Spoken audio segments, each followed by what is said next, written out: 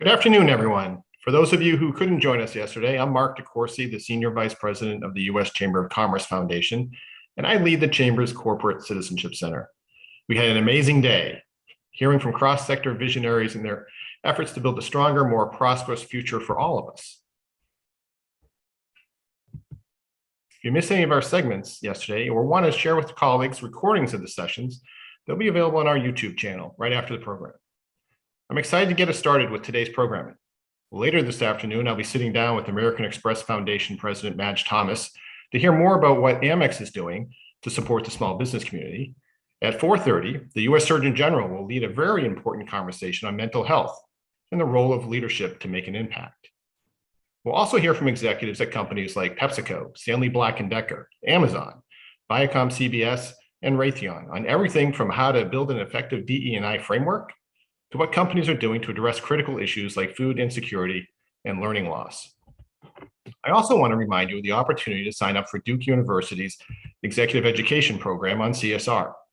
This fully credentialed program will be held online December 6th through 14th and feature speakers from leading companies like IBM, Ralph Lauren, JP Morgan Chase, BlackRock, and many others.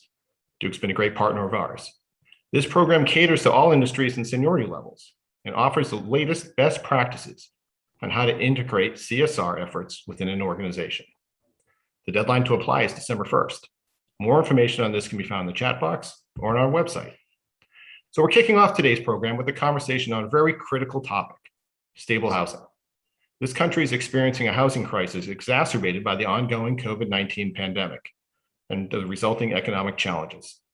Companies are working to stem the crisis by providing housing assistance, particularly among vulnerable populations. With us to share these efforts are Wells Fargo's Head of Housing Affordability Philanthropy, Eileen Fitzgerald, Liberty Mutual Foundation President, Melissa McDonald, and our very own Lawrence Bowdish, an Executive Director here at the Chamber Foundation. I'll hand it over to Lawrence now.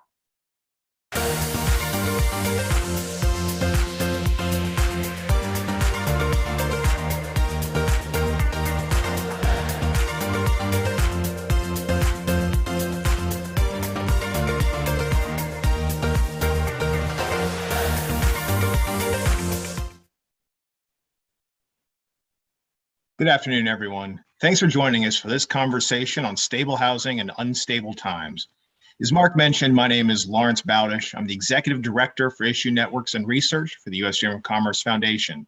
I'm stepping in for our good friend Jeff Terry at GAF, who texted me to let me know he was so sick, worrying about the Clemson-Wake Forest game this weekend. I know it's been a tough season for the Tigers, but hoping for a speedy recovery for Jeff and his favorite South Carolina team, OH. Stable housing and home ownership particularly have long been the bedrock of the American dream. It's been promoted for almost a century now as a way to build communities and household wealth.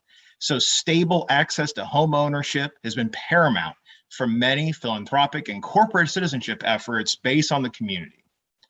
I'm really thrilled to be joined by two great partners. As Mark mentioned, first I have Eileen Fitzgerald, who's the head of Housing Affordability Philanthropy with Wells Fargo, and Melissa McDonald, who's the president of Liberty Mutual Foundation and vice president of Liberty Mutual Insurance. So we've witnessed a lot of turmoil in housing, not only in the past 20, 40, 50 years, but given the recent economic impact of the pandemic, a lot of these issues have been exacerbated. We know that disrupted housing can have a significant negative impact on people and communities. So I'd like to start out by hearing about why stable housing matters and what your company is doing about it. Eileen, can we start with you? Sure, that sounds great. So, stable housing is really housing that is affordable and it's safe and healthy. I thought it might be helpful to take a second to really dive into what that constitutes housing affordability. And the bottom line is that people can pay their rent or their mortgage and still have money left to meet other life essentials. But also sometimes we don't think about that. The housing cost is rent or mortgage, but plus taxes, utilities, insurance, and other fees. But also we have to think about housing and transportation, because often people are like, okay, I'll move out further. I'll move much further from my job and I can afford to make that rent or mortgage payment. But then that transportation cost can be, really significant for folks, or they're now not near public transit and have to rely on a vehicle to work every day.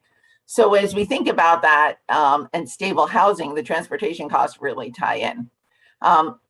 Housing affordability, though, is also a function of both income and housing costs. So it's not just an issue in high cost areas. Often people think, oh, San Francisco, DC, New York, but there's other places, because if you have a lot of service workers or tourism workers whose incomes are lower, you still can have a huge housing affordability problem and therefore a stable housing problem. So, we know that with the challenges given the current housing crisis and very low inventory, we're really pleased that the Chamber is excited about this issue and talking about it. What happens when someone doesn't have stable housing? Well, you have food insecurity. They're making a choice. I mean, this is all about choices, right? And I think what we saw in COVID was that people prioritized housing. They understood how incredibly important it was to be housed. So they have food insecurity or making choices to not be able to have healthy food. Often we hear about this lack of funds for healthcare and prescriptions, and that goes from families to elderly people, alternating, not taking their medicine every day, not going for healthcare. Incredible amount of stress. And I think this is especially important as employers to think about when someone's worried about losing their home, their place they're living and living with their family every day. That just brings huge stress. It also contributes to financial instability with no reserves. So if you're paying too much of your income for your rent or your mortgage, then you're not getting to saving at all. And if you have one crisis, it can create, essentially homelessness. So that loss of stable housing, and again, when we talk about stable housing, it is affordable, but it's also healthy and safe, the place you want to be. And that is, a healthy place to live. So when you have that loss of that, you obviously could have potential eviction, but sometimes people move to other choices that are just really much harder and then wind up being evicted. But also health issues, especially in subpar places, poor educational outcomes, having children move, and then overcrowding with friends and relatives. So I just want to say, knowing the importance of housing stability, and especially in response to COVID, since 2020, Wells Fargo provided more than $25 million to help keep more than 250,000 people housed. Thanks. Great. Thanks, Eileen. So Melissa, Eileen is talking a lot about individuals, massive amounts of individuals worried about losing that stable housing. And you're working primarily with people who have lost it or are in the process of actively losing it. So curious if you can talk a little bit about what Liberty Mutual is doing in that space. Yeah, it's really interesting. And thank you so much, Lawrence. And thank you, Eileen. It's an honor to be on this panel with you. And we didn't plan it this way, but Eileen has given us some awesome perspective from a macro level. And so I'm going to give you a little bit of a micro perspective because, like you said, Lawrence, we are very much focused on individuals and the impact that it's having on individuals.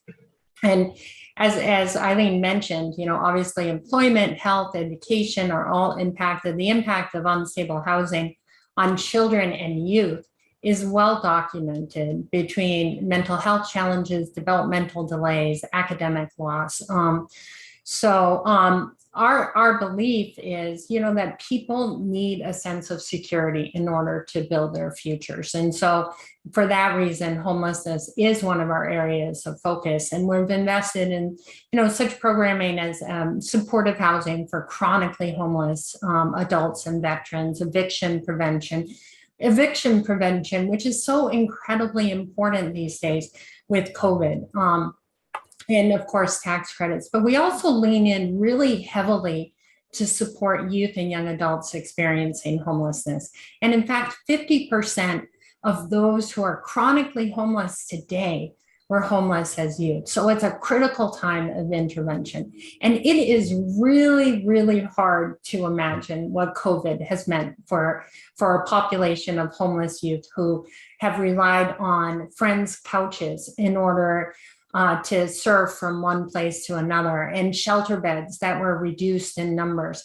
It's also hard to know exactly the level of vulnerability of the more than 120,000 children we know lost a parent or guardian in the first 14 months of COVID, or the thousands of young people who may have exited foster care since the beginning of the pandemic. So it's a ton of vulnerability and that existed pre-pandemic and has only been exacerbated since.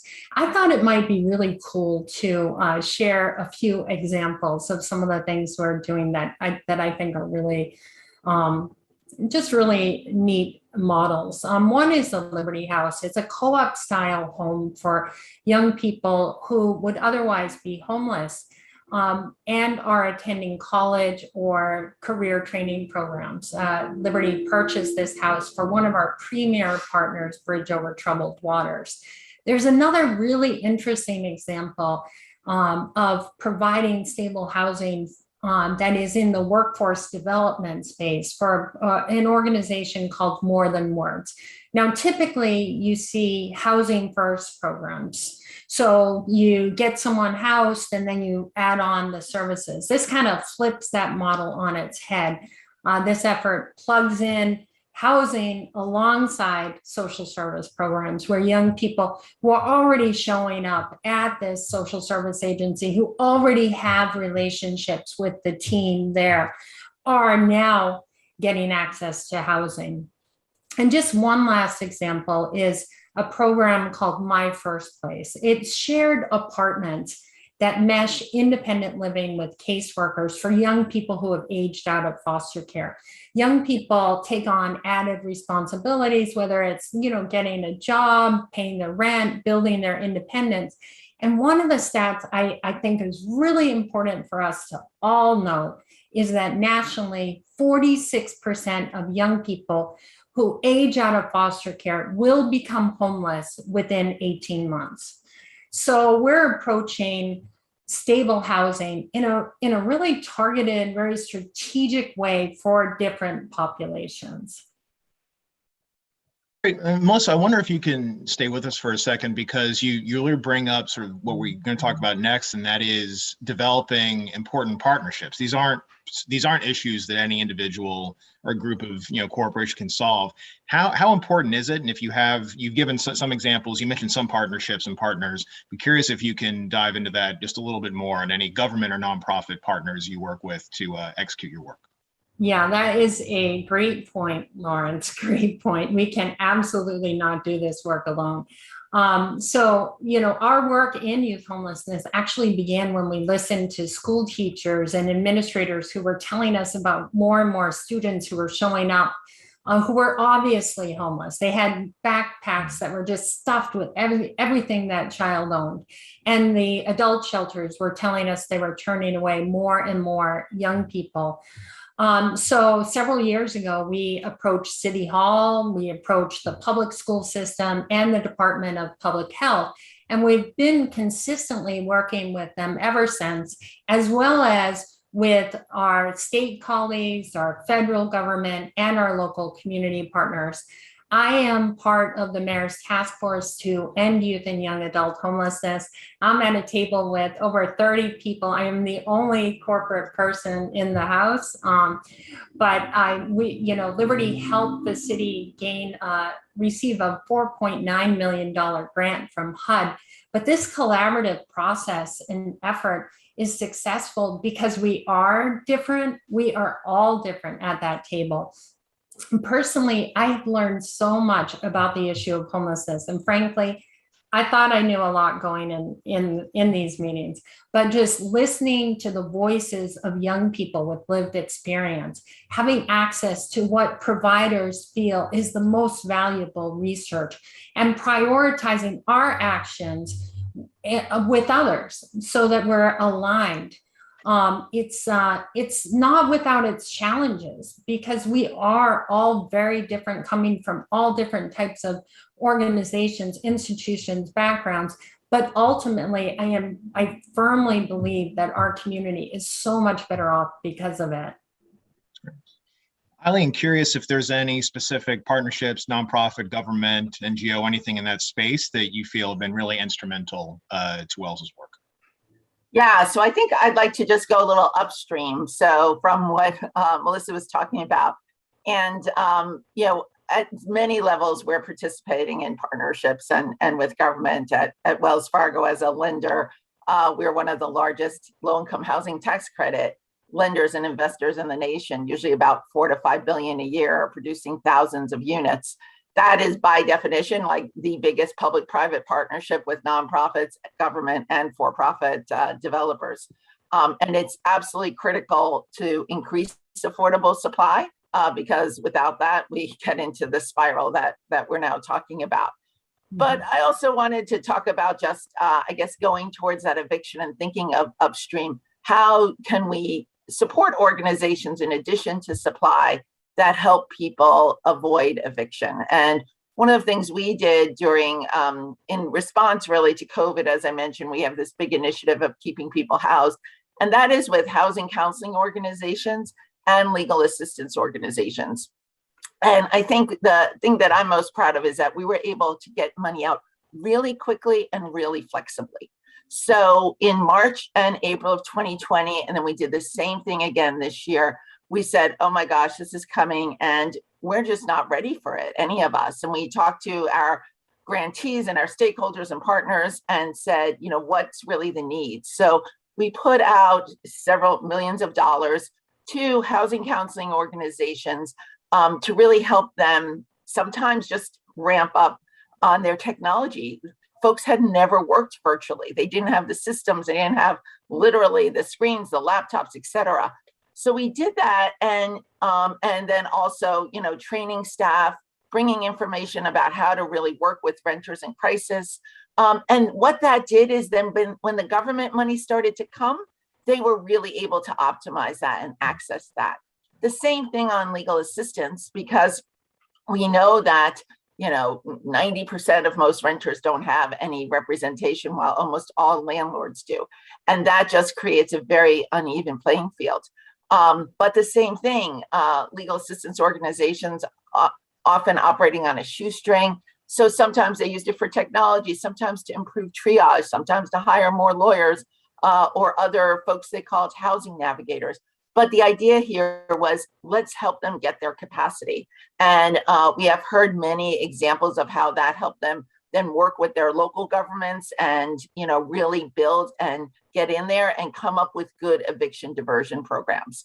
And the same thing this year, it's all about getting that emergency rental assistance and homeownership assistance money out there. Put a timer on so I wouldn't miss this.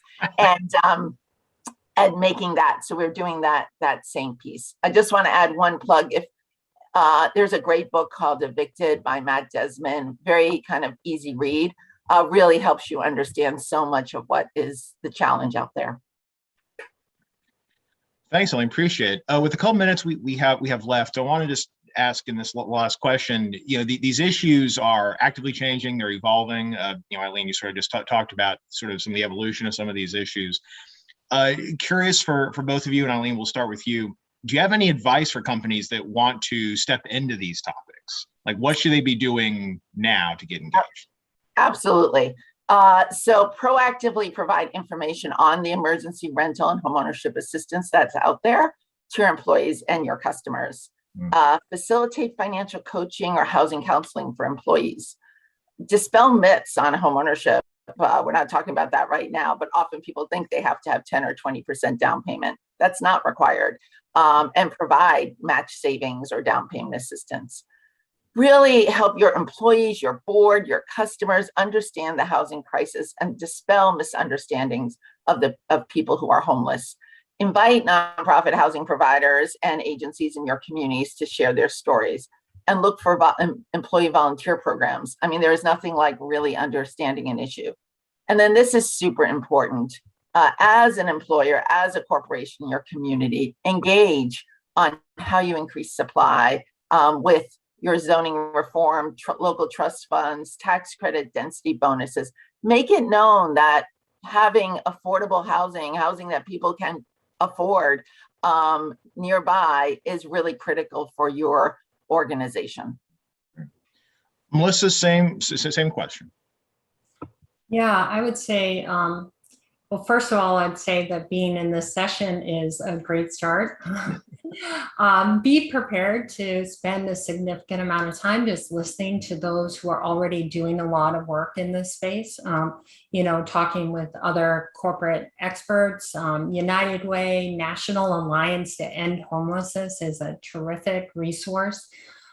Get the data from public sources. And if it's not available, commission it from higher education or policy institutes, because we all know data talks and it drives programming. And find out where public funding is, as Eileen mentioned. And I'm trying to identify the gaps so that as a private sector leader, you can really step in and leverage public resources, but also know where there are opportunities to make the field better. And then lastly, and certainly not least, engage in roundtables that bring you in contact with people who are directly impacted. Your best insights will likely always come from those with lived experience who can really reflect on how existing services are working and where there are the biggest gaps. Great. Thanks so much, Eileen and Melissa. Great talk, great conversation to start us off here on day 2. I hope everyone sticks around and joins us for our good friends at Points to Light and Jennifer Lawson, who's going to run Small Business Big Impact. Thanks so much. Have a great afternoon. Thank you so much. Thank you.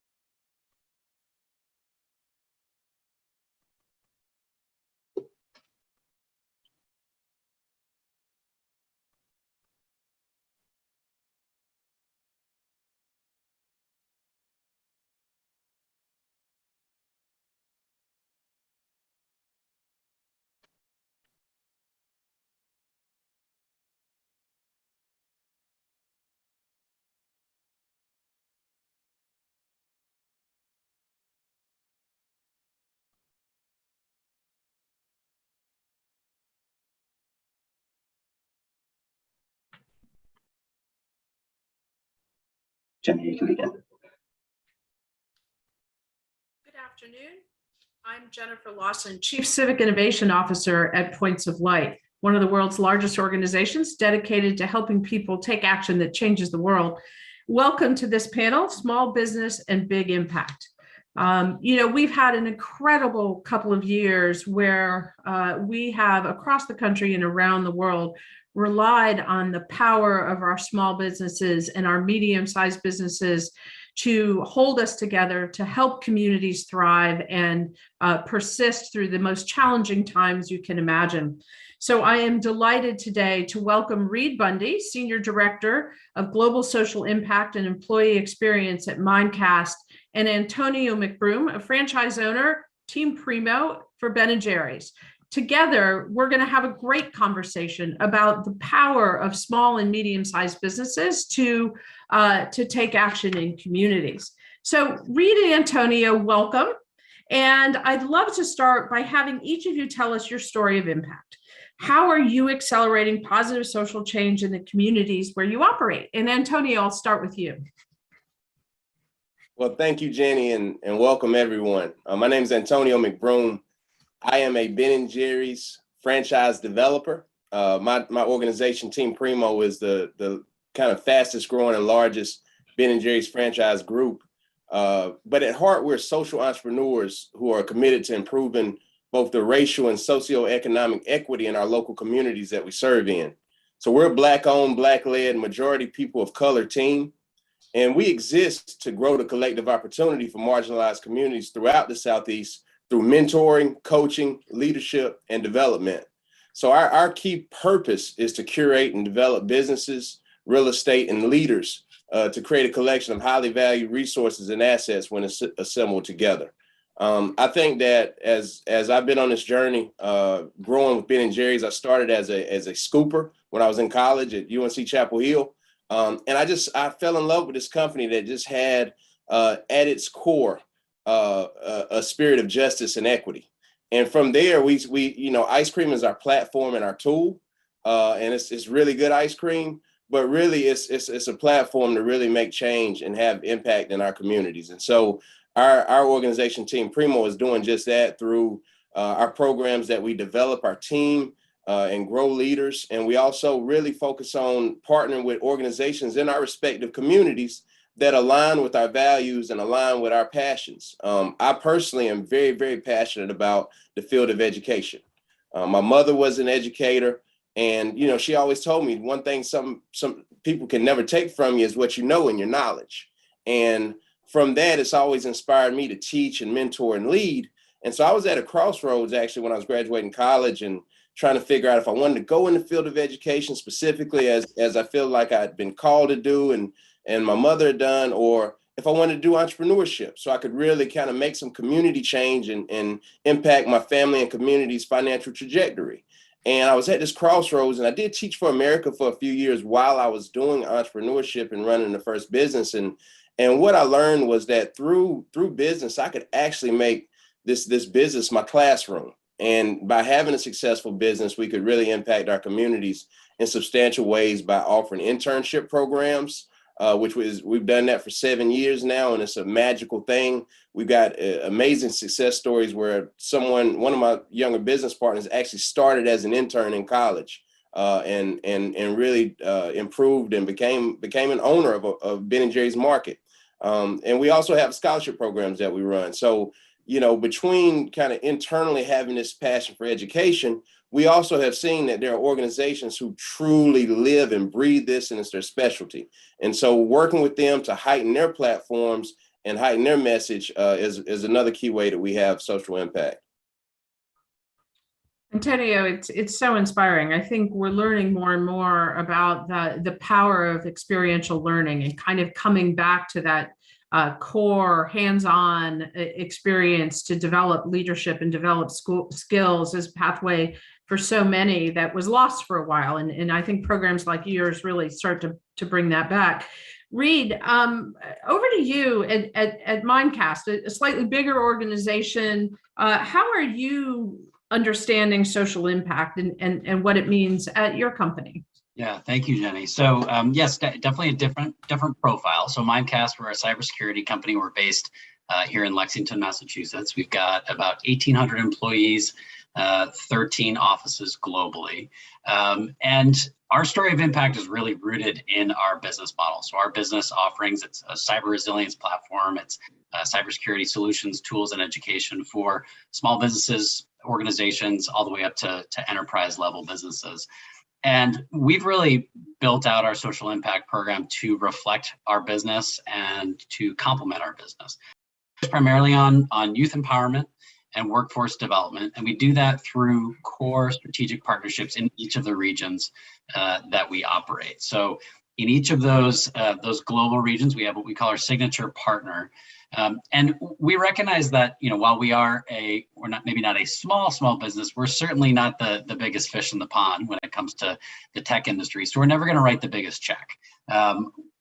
But if we can identify those partnerships in each of our markets where we feel like we can really add value beyond the check and really go beyond the dollars, leveraging our people, leveraging our resources, our product, those are the integrated relationships that we find really thrive. So I'll use the example of Year Up, who's our signature partner here in Boston. They're a well-known organization. They have corporate sponsors that are far bigger than us, there's no question, and that's fantastic. But we've actually built out a really dynamic multi-year relationship with them because we're able to create this two-way sort of beneficial relationship. So we've brought through dozens of interns, Europe interns. We've hired several of them full-time. I had one on my team for a while, and we're seeing that we can really feed our own pipeline and really serve our own interests through our partnership with Europe. So when I think about that notion of going beyond the check, that's where we really start getting our key stakeholders, our employees, most excited about their contribution, right? It's not the finance team cutting a check and sending it out the door. It's us all getting out there, mentoring, volunteering, and really creating a very real and meaningful relationship for all of our stakeholders. Yeah, I was lucky enough to hear a speech recently from Brian Stevenson, who won an award from Points of Light. And he really talked about proximity and getting close to people and problems as a way to help us move forward. And I just thought it was such a powerful statement. And clearly, when you provide those opportunities for engagement and learning and internships, it gets us more proximate than that check writing experience for sure. Though, as coming from a nonprofit, we appreciate the check writing as well. So let's not make it either or. That's right. For sure. So Antonio, over to you a little bit. So who is driving the causes and social issues that you champion? How do you choose and how does it work inside your organization? Yeah, I think, as the owner of the company and visionary leader, I have a passion for making change. Now, the how-to and giftedness to be effective with it is not my core competency. I'm a serial entrepreneur, and I had to have that kind of humbling look in the mirror experience with myself to say, hey, I want to do good, but I don't necessarily know how to. And, believe it or not, our internship program really birthed what I think has been the key for us in making social change. And that is there are people who their calling is activism. Their calling is community organizing. And so Anna Massey was an intern for us in the early days, and now she's our senior social mission strategist, right? And she handles this and does it in a way that I could never do it. And I think part of her strategy is using the platform and position she has to really identify aligned groups in our communities that are doing amazing work. Our number one partnership is with an organization called We Are, and that's working to extend anti-racism education, right? So I'm very passionate about racism. I'm very passionate about education, and this organization exists to really kind of get to the core of the intersection of those two issues. And so from the beginning, when this organization was just starting, our Ben & Jerry's team would provide ice cream at the conferences they would have for educators all around the state. So, just giving that kind of extra recruiting tool that they needed. And then as the organization grew, it needed like some kind of financial insight. And so we, as a leader, I joined their board, right? And it's just these different ways that we really kind of go in and serve the organizations that are really doing the impact work. I think that's been what really drives it. And then underlying all of that is our overall team.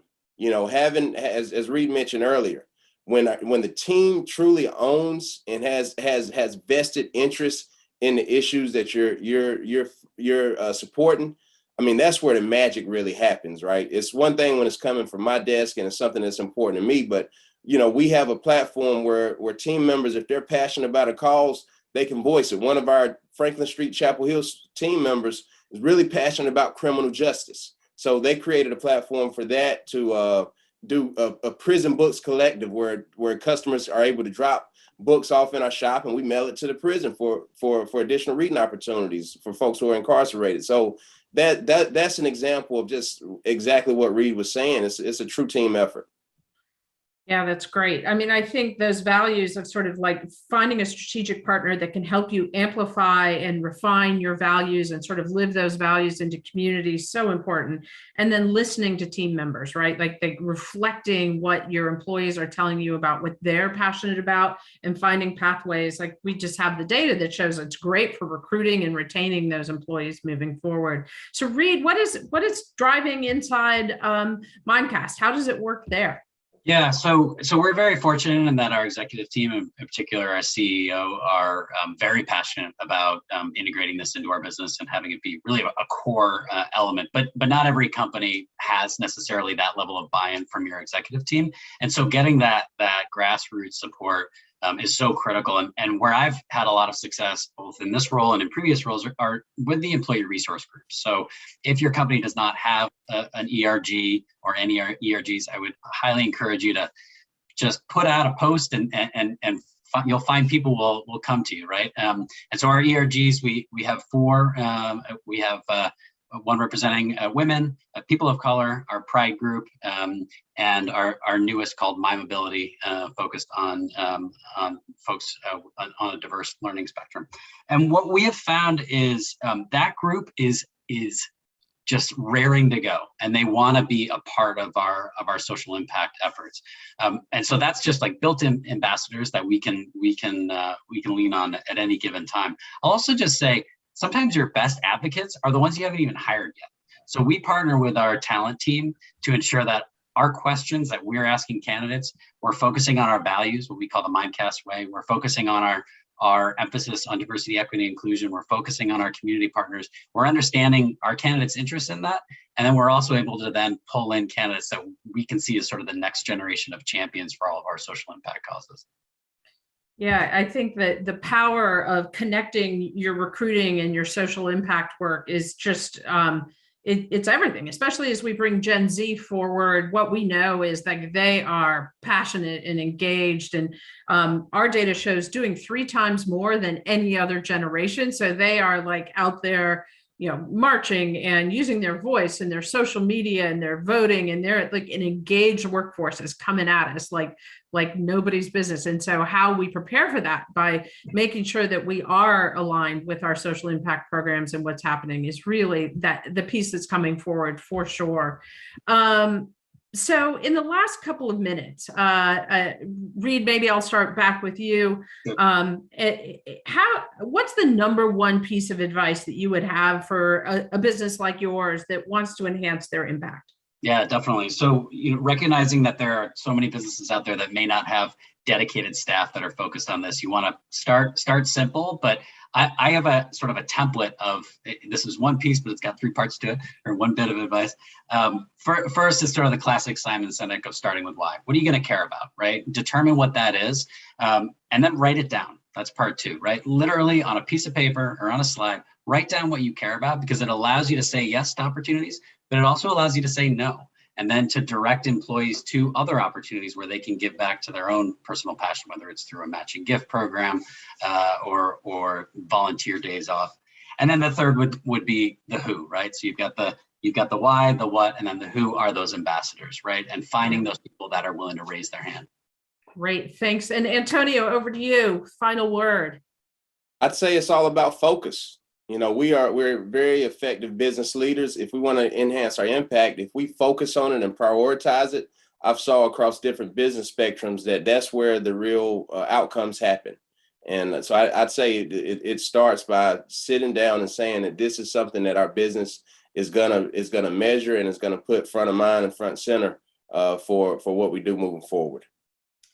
Thank you so much. And thanks to everyone for joining us today. I think you can tell by these speakers just the impact that small and medium-sized businesses have. They are closest to our communities and each of us in our daily lives, and can really help us all make a difference in our communities. So thank you both, Antonio and Reed, for being a part of today's conversation.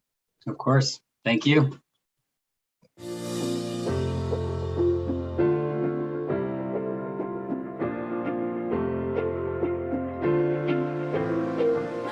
Hello, I'm C.D. Glenn, Global Head of Philanthropy at PepsiCo and Vice President of the PepsiCo Foundation. As PepsiCo is a past Citizens Award winner, I know how excited and proud this year's finalists for Best Economic Opportunity and Empowerment Program must be. The Citizens Award for this category is dedicated to a single strategic initiative focused on economic empowerment, focusing on global or domestic topics, including financial inclusion and literacy, entrepreneurship, diversity and inclusion, and workforce development. These are such important topics and issues that encompass so much of the work we do at the PepsiCo Foundation as we seek to provide equitable access to nutritious foods, safe drinking water, and economic opportunity. Systemic barriers have prevented many historically excluded communities around the world from obtaining access to capital, equitable education, and lucrative careers in high-growth industries. The impacts of COVID-19 have only exacerbated these existing issues. Now more than ever, our world needs a whole of society approach to tackle the devastating impact of COVID-19 on our systems, economy, and most importantly, communities around the world. The incredible work of this year's finalists amplifies how urgent the need is for us all to come together and work towards sustainable and equitable solutions to systemic disparities faced by underserved communities to ensure they continue to grow and create family legacies for generations to come. Enough from me. Let's meet this year's amazing finalists.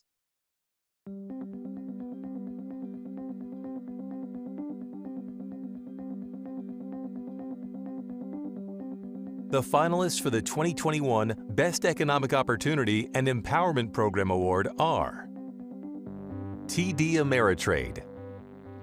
In partnership with 4-H, TD Ameritrade created SmartSense, a program that provides equitable access to financial empowerment resources, mentors, and hands-on learning for underserved young people across the country. SmartSense's research-backed activities are designed to be delivered in partnership with schools and across the community by educators from any background, either in person or virtually. Of those youth who participated, 92% said the program encouraged them to plan for the future, and 91% had an increased understanding of financial literacy. Entergy Corporation. Entergy is committed to ensuring that struggling customers receive bill payment assistance from the Low-Income Home Energy Assistance Program. To increase awareness of this program, Entergy developed an automation bot that proactively contacts potentially eligible customers. Entergy successfully connected with approximately 1 million low-income households. More than 250,000 bills were paid, with $65.4 million in assistance, exceeding the goal by almost $20 million and increasing bill payments by 26% over 2019. ID4A Technologies. ID4A's Economic Opportunity and Empowerment Program focuses on upskilling industrial workers to manage workflows, accomplish tasks more efficiently, and thrive in a machine-augmented future, while being provided with decent jobs, secure and safe work environments, and equitable employment opportunities for inclusive and sustainable economic growth. Through ID4A's program, over 285,000 people gained employment in industrial sectors. Over 92,000 women were provided steady jobs. Nearly 2,800 women were trained for leadership roles. And over 914,000 people were provided work in improved, safe, and secure environments. Additionally, over 1.6 million people were saved from exploitative jobs, among which over 426,000 are women and girls who were victims of trafficking and child labor.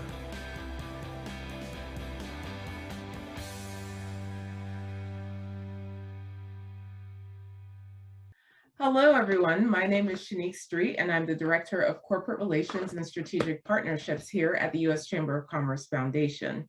This year, we've had a great number of applications for the Best Economic Empowerment and Opportunity Award, and I am here to announce this year's winner. This year's winner is Entergy. Congratulations. Thank you. Hi, I'm Liz Brister, the manager of Entergy's low-income customer initiatives. And at Entergy, our customers at the heart of everything we do. And with 25% of those customers living at or below the poverty level, we have an opportunity and a responsibility to be there for them. But the challenges of COVID-19 and the economic shutdown brought unprecedented hardships to our customers, and we knew we had to act quickly for people who were hurting. A group of employees formed a task force that worked around the clock to develop innovative approaches to customer communications. As a result, we were able to inform eligible customers about available financial assistance to pay their electric bills. The team also worked to ease the application process for assistance to remove an additional burden on these families. I want to thank the members of the task force for their extraordinary work and commitment. Thomas Joyner, Ben Portis, Shannon Lawson, Susan Dalton, Larry Shields, Amy Davidson, Robbie Kemp, Kristen Masoner, Cherie Osbury, Viet Tran, Todd Dunkelberger, Corinne Barrow, Sarah Sharp, Chad Brumfield, and Moby Butt. We are honored by this award from the U.S. Chamber of Commerce Foundation, and we humbly accept it on behalf of our customers who were impacted by the pandemic. Thank you.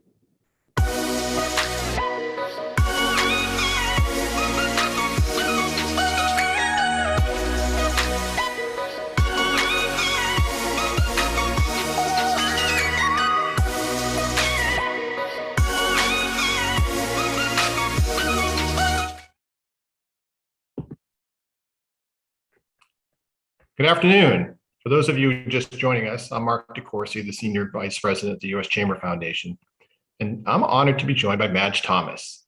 She's the Vice President of Corporate Social Responsibility and President of the American Express Foundation.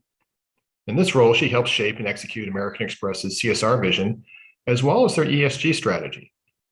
As President of the Foundation, she oversees all the company's philanthropic giving, the initiatives that support the company's colleagues, customers, and global communities. At the Chamber Foundation, we know that the strength and resilience of a community is inextricably tied to the strength of the businesses within it. Amex has a strong commitment to supporting the small business community. You might have heard of Small Business Saturday, which happens every year the Saturday after Thanksgiving. Well, American Express created it. In the spirit of this commitment, they partnered with us here at the U.S. Chamber Foundation on a grant program we're really proud of. It's the Coalition to Back Black Businesses. That coalition, we provide both short-term financial relief and long-term resources to help build the resilience of Black-owned small businesses across America. In fact, through the program, we've now distributed more than 1,000 much-needed grants to businesses. It's through programs like this that American Express is supporting local small businesses and thereby helping the entire community thrive. So let's get started with Madge. Madge, Amex has a long history of supporting small businesses, Small Business Saturday, and some other programs. And the success is really critical to building neighborhoods. You've turned your focus to supporting historically underfunded small business owners, such as people of color, women, and immigrants. Tell us about how that pivot occurred, and what does it mean for those businesses and for Amex? Thanks, Mark. And firstly, thank you for having me. It's a pleasure to be here, and thanks for your partnership on the Coalition to Back Black Businesses. Yes, we are extremely proud of our support for small businesses at American Express. Backing small is part of who we are as a company. And now it's actually the tagline and umbrella for all of our small business efforts. Because as you said, small businesses end up being the lifeblood of the economy in America and globally. They're critical to job creation. They're critical to creating these vibrant, thriving neighborhoods that we all live in. And that's part of why we we founded Small Business Saturday years ago. It was about 10 years ago. We created it as a way to really help drive consumers to small businesses coming out of the financial crisis. And we've kept that going for more than a decade to coincide with Thanksgiving weekend. So Saturday, November 27th is the 12th annual Small Business Saturday. And we've actually now built in our commitment to small businesses into our environmental, social, and governance strategy because of how important it is to our business values. Our second ESG pillar is building financial confidence. And as part of that, we announced a new goal this year to drive $100 million in consumer spending at small businesses through 2025, including through our Shop Small and Small Business Saturday campaigns. And combined this with our other ESG pillar, which is to promote diversity, equity, and inclusion, we feel that there's a really great opportunity for small business to do community good and create equality and equity in our neighborhoods. This is actually a long-standing commitment for us at American Express and one of our what we call our blue box values. We're really ensuring now going forward that small business efforts are equitable. So when the pandemic hit, we doubled down. We lifted up small businesses that were disproportionately impacted and those that had historically less access to capital or that are more vulnerable to economic pressure. And since last year, we've really committed almost $15 million over the next few years to support underrepresented or COVID-impacted businesses during the pandemic and the recovery phase. And we continue to build on the success of the Coalition to Back Black Businesses in partnership with the Chamber, which I know you'll be talking about shortly, through things like enhancement grants and a second cycle, which is just announced this year. And just this week, on Monday, in fact, we announced a new program, Inclusive Backing, which we rolled out in partnership with Main Street America to award $255,000 grants to support and lift up and celebrate small businesses that are owned by underrepresented and underserved populations from the communities that are more vulnerable to economic pressures, like veterans, AAPI communities, Hispanic communities, people with disabilities, women, LGBTQIA, refugees and immigrants, among others. So this program is going to be part of our Backing Small suite of small business initiatives with the Coalition to Back Black Businesses, our support for backing historic small restaurants, and so forth. And Inclusive Backing will actually be a year-round program with 4 cycles to provide hundreds of underrepresented small businesses with the financial support as well as other resources that they need to address their critical needs and challenges. And the first cycle will support businesses owned by the AAPI or people with disability-owned communities. And we encourage anyone to look for the applications on our website or Main Street America's, which will launch on the 19th, so tomorrow. You may have seen also that last spring we worked with the National Trust, and I mentioned our Backing Historic Small Restaurants program, again, because we believe that small businesses can really help create communities, and small restaurants are part of the local community. And lastly, we have done a new program called Buy Black, which is the first and only national certification program and initiative that verifies Black businesses and that are Black owned and that are developed by the US Black Chambers exclusively.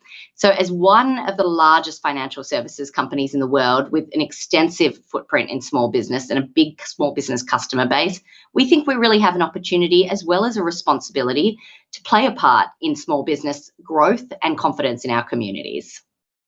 Well, Madge, all of those things, it's so terrific that Amex is taking a leadership role and executing these programs. So tell me, one of the things that we often hear is small business lacks capital, right? And particularly minority small businesses. This injection of funds and resources into these communities, what is it going to do to these neighborhoods? And what is this economic activity? I mean, what kind of ripple effect will it create?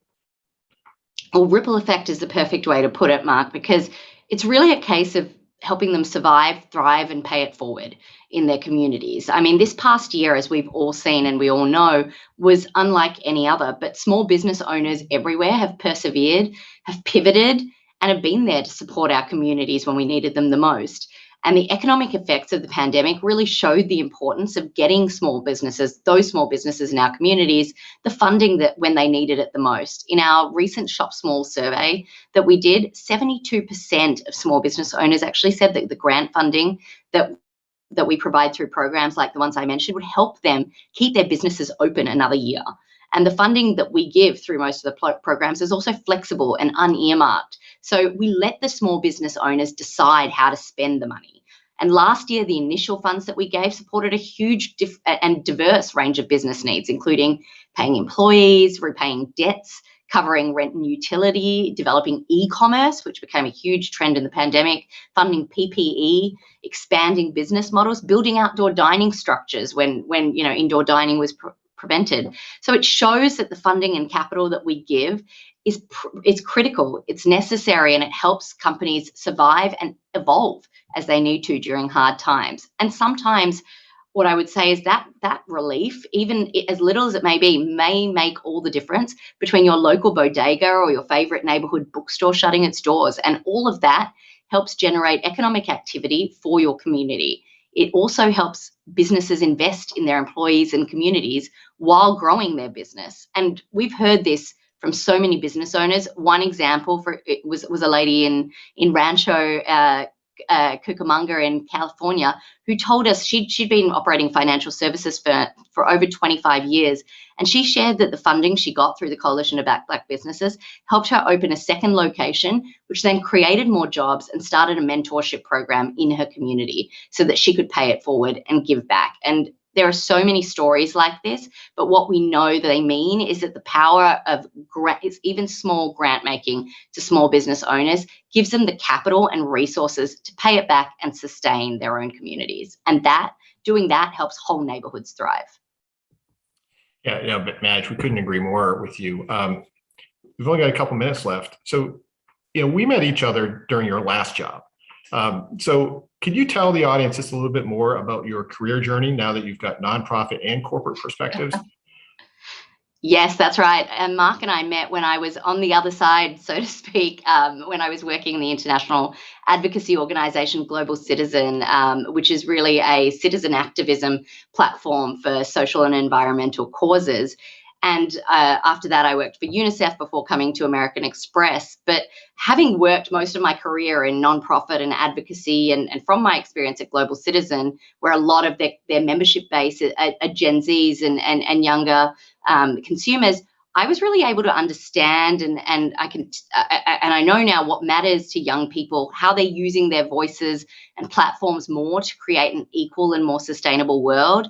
And I know businesses play a huge part in that world, and I'm abundantly aware of what consumers, especially Gen Zs, want to see from the businesses that they buy from or work for, and that's values. I mean, 70% of consumers have said that they want to know what the brands they support are doing to address social and environmental issues, and 77% say that companies have to respond to racial injustice if they expect to keep public trust. And companies are responding. They're developing robust environmental social governance strategies. That's one of the ways. But also from being in the nonprofit world, you know how important finance is. And the business community has a big role to play in that as governments step away even more from development finance. So taking a more thoughtful approach to philanthropy, I think, is critical. And I brought some of that thinking from that nonprofit world into my leadership within the American Express Foundation. And we're actually restructuring our support to provide more systemic change funding to address barriers to social enablement, multi-year unearmarked funding, co-creation with nonprofit partners, identifying areas of unmet needs, and not just doing, I think, what is sexy or what makes good PR, but what is right and what can actually help grow and sustain communities. And I think the other thing, Mark, that I really know from my time at Global Citizen is our role as business in advocacy and thought leadership. How we use our voice is equally as important as what we do and where we put our finance. So I really feel as a final thought that our 3 ESG pillars that we recently announced embody the areas where we feel that we as a company can really lead and push the needle and contribute to solutions. And that's diversity, equity, and inclusion, financial confidence, and climate solutions. And I think it's incumbent on all companies to identify that sweet spot for them. And it's a journey, but I encourage you to all start from where you can, whether that's making grants, providing resources, training, or using your voice, and not being afraid to really think outside of the box, to leverage the capability of your company to help folks like small businesses. And that's how you can really catalyze change and progress in our societies. Well, thank you, Madge. We appreciate the partnership with American Express and look forward to working with you. We appreciate your time today and sharing your unique perspective. Up next, we'll take a deeper dive into the importance of companies supporting the small business community and what small businesses need right now to be successful. Thank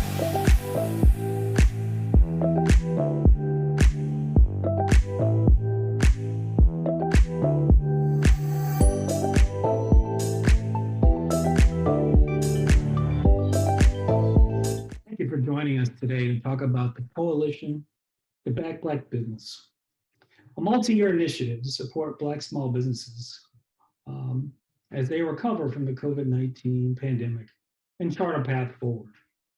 My name is Brody Fontenot, and I'm the CEO of Fontenot Strategic Consulting, and also the program manager of the Coalition.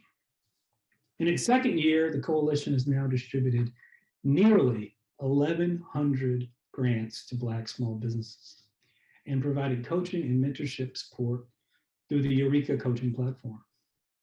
Our distinguished panel will discuss the impact of the Coalition, the importance of companies supporting the small business community, insights regarding what small businesses need to be successful, and finally, how you can help strengthen the Black small business community. I'd like to introduce our panel members today.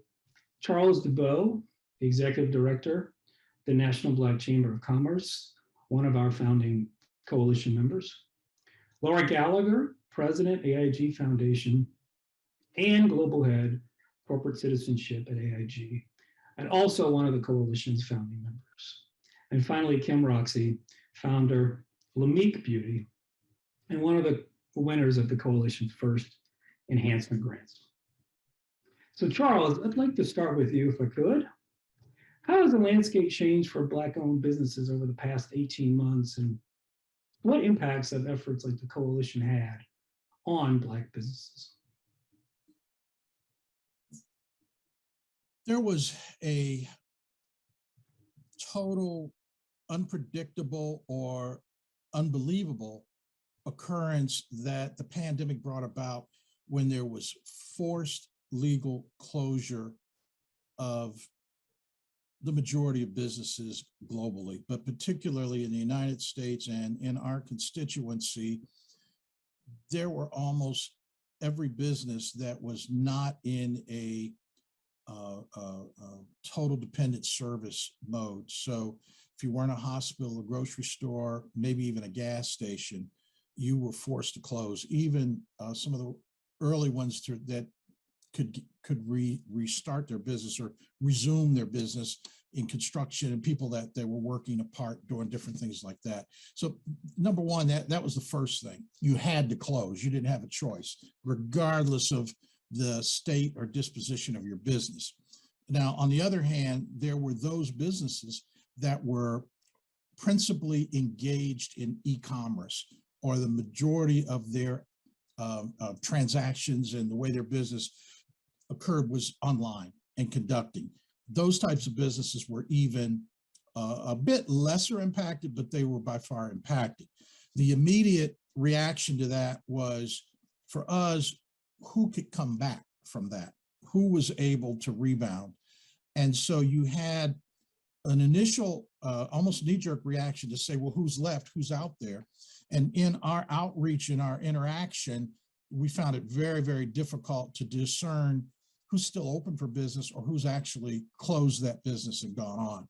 And so we used a study by the University of California that recorded at least 41%, but our personal experiences said the numbers were much higher of those that were able to reopen. And so we're saying the numbers between 40 and 60% of those that did not rebound.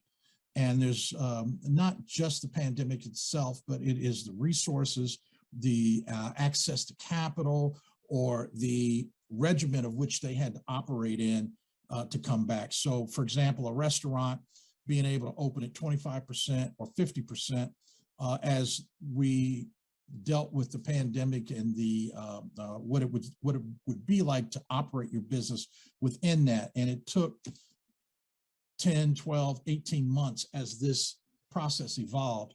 And so there was a number that just had to change their business model. and maybe the business itself that was as articles of incorporation or the registered business name. A lot of those went away, but the entrepreneurs did live on.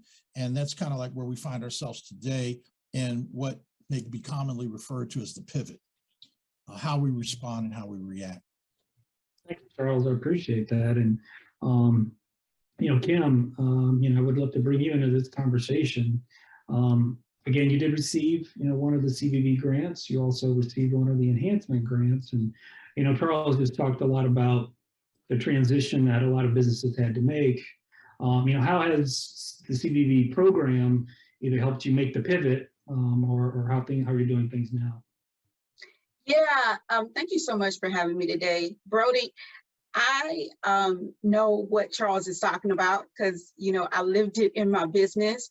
But the CVB grant, the first one was like a life jacket, right? It was sort of like this, here's the raft, like you can make it a little further. It just kind of also reminded you that there is other people that are out there that recognize the importance of your business and they want to see you survive. And then with the enhancement grant, what happened is, that basically was saying like, you got the life jacket. Now it's like, we're going to bring you to shore. Like we can actually help like with the safety of it. When I got the enhancement grant, I was literally at a point of my business of being able to either be able to launch in the largest beauty specialty retailer in the country, fulfilling a purchase order. And when that grant came in, that helped me to buy all of the materials that I needed to fulfill that purchase order. And now that made me the first Black-owned clean beauty brand to launch on Ulta.com with Lamique Beauty. And so, you never know what the setup is happening. So the first one was just sort of like this life jacket. And then that second one was really like, you're going to survive. You're actually going to thrive. And this is kind of like that assurance there. Thank you, Kim. Well, congratulations. Thank you. And congratulations. Laura, I'd love to bring you in here too. And CVB obviously has, a mission. And how, can you explain sort of how the AIG Foundation looks to provide assistance and the help of your, consumers, your employees, sort of similar with that mission of CVB? Yeah, absolutely. And thanks for having me. It's really a pleasure and a privilege to be here to represent so many companies who took part in supporting this coalition. AIG has a really long history of giving back to the communities where we work, live, and serve our customers. And our foundation's mission is to make strategic grants to organizations that are driving meaningful and measurable change in society in support of really a more sustainable, inclusive, equitable, and secure world. And I want to point out that AIG actually just reestablished its foundation in the year of the first grants that went to the Coalition to Back Black Businesses. And at AIG, we have a culture of belonging, right? We belong to our company, we belong to our communities, other affinity groups. And the AIG Foundation Board really views all of our potential grants through a strong diversity, equity, and inclusion lens. And as the board really thought about ways that the foundation can make a positive impact, particularly as we reopened it during the year of the pandemic, small businesses really emerged as a network that our board was really deeply committed to supporting. It came up in the first discussions with the individual board members and continued as a thread all the way through the grant-making decision process.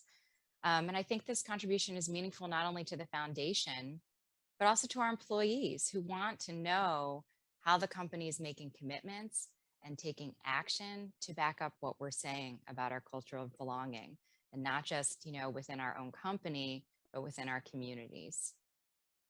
Great. And so, again, that's really sort of hitting not only the business part, but really your employees and what they're interested in as well.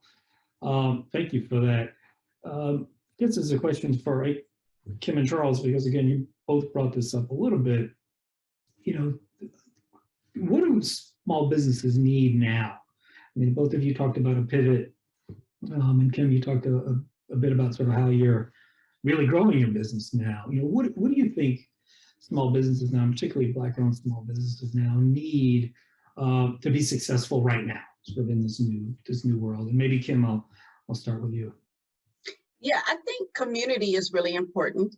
And when I got the first grant, I also got the coaching from Eureka.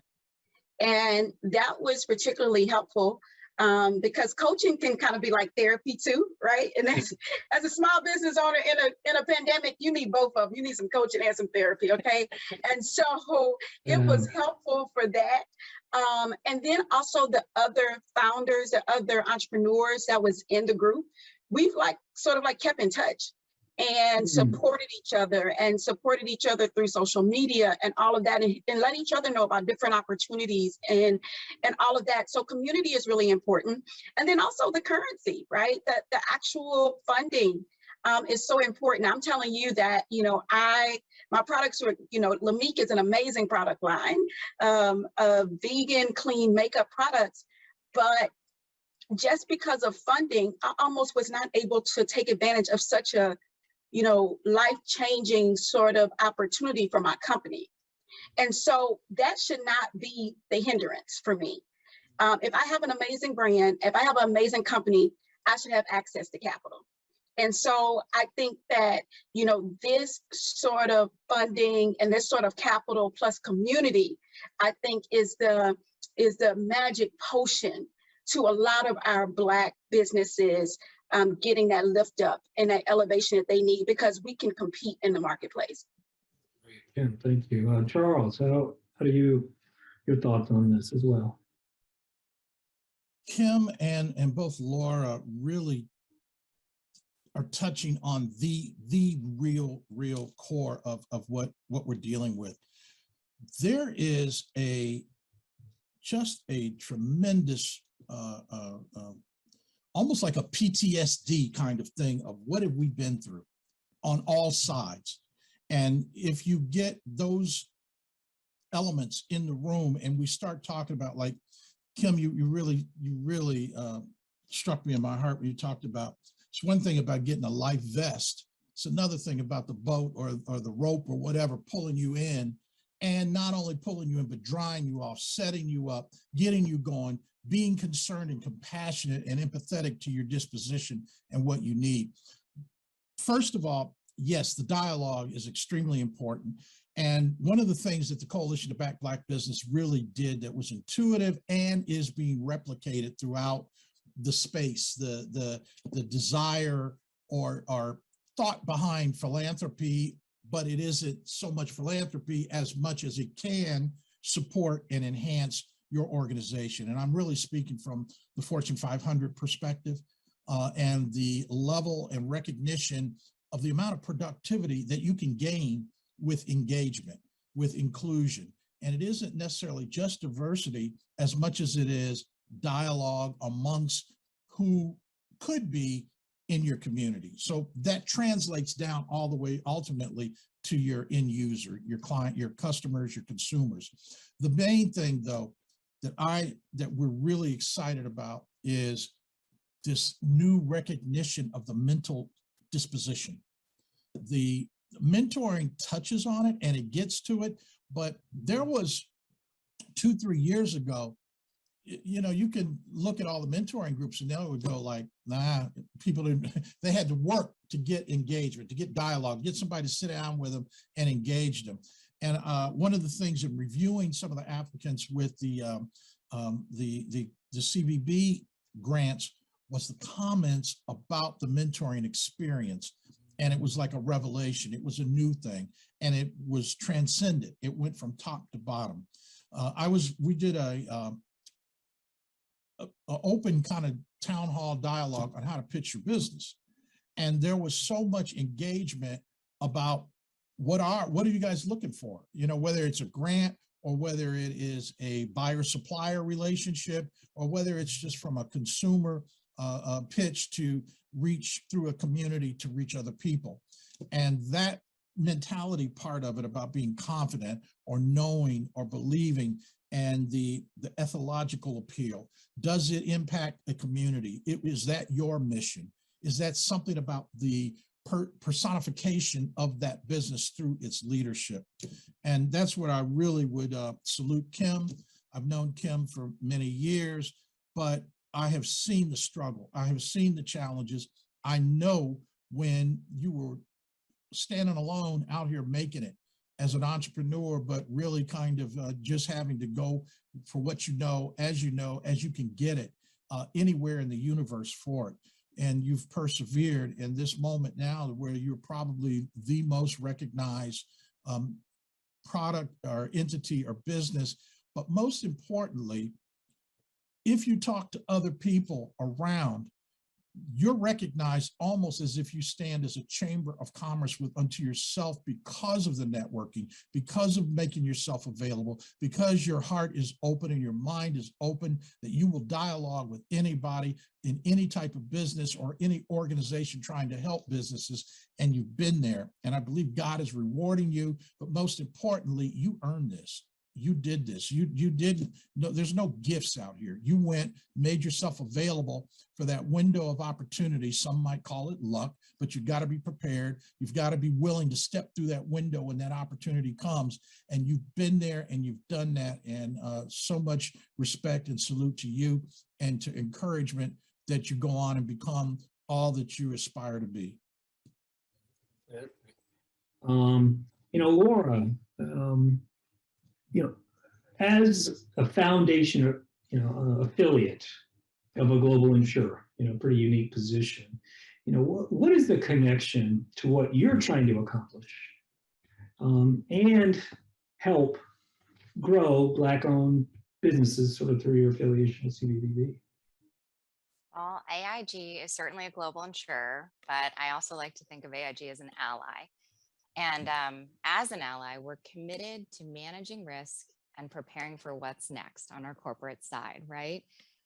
We also have an AIG brand called Western World, which is the one that really provides the insurance the insurance platform to small businesses. And as we translate that thread over to the foundation, and just as AIG helps our clients prepare for, respond to, withstand, and recover from uncertainty, we do the same thing on the foundation side through our grants, particularly as we think about how to support community resilience. And the foundation grant to the Coalition to Black Businesses, we feel did exactly that. We had opportunities to contribute to our own communities where, I really think that small businesses are the heartbeat of our communities. And we even had a board leader who also is one of our senior leaders in the company serve as a judge for the enhancement grant. So it gave us an opportunity to get involved in unique ways. And essentially, we want to help create communities and support communities so that they do thrive. We don't want our communities just to survive. And we recognize that small businesses, particularly Black-owned small businesses, really do create that vitality and provide the services needed in order for communities to flourish. Great. Oh, that's great. And, great answers to all those questions. I really appreciate it. Last question, and this is a lightning round question. And maybe Kim, I'll start with you. What's the one thing you would recommend to help strengthen Black-owned small business today? Brody, that's so simple for me. Keep the same energy that you had post George Floyd in the pandemic for Black-owned businesses. Keep that same energy. I think that, really the, in the moment, what you felt, what you knew, what you understood, what you learned, we see the difference it can make. So keep the same energy. Don't fall off for us. Keep the same energy. All right, Kim, keep the same energy. Laura, what would you say? Well, of course, I recommend, I work for an insurance company, so I recommend having insurance, right? But I also recommend keeping that network going because, one of the things, I know that there's a lot of CSR professionals who will be attending this session. And, as a CSR professional, I wanted to say to them specifically in the room, it was the network that made this very appealing to AIG Foundation for consideration. There are a lot of other funders, and this is supporting something that we certainly could not have done by ourselves. That's great. And Charles. The great gains. So, out of every, there's this mentality about never let a good crisis go to waste. Well, that's kind of like what you do to make something out of what we had no control over. And that community and that dialogue and forcing action to be taken for survival. But in that, we're seeing thriving happening. So coming to the light, moving forward, staying communicative, being open to help. That would be it. I know we're short on time. I'm long-winded. Again, I want to thank all our panel members today, Kim Roxy, Laura Gallagher, and Charles DeBow, and I'm Brody Fontenot, again with the Coalition Back Black Business. If you're interested in working with us, please feel free to reach out to the U.S. Chamber of Commerce Foundation. Thank you again, and have a great rest of the conference.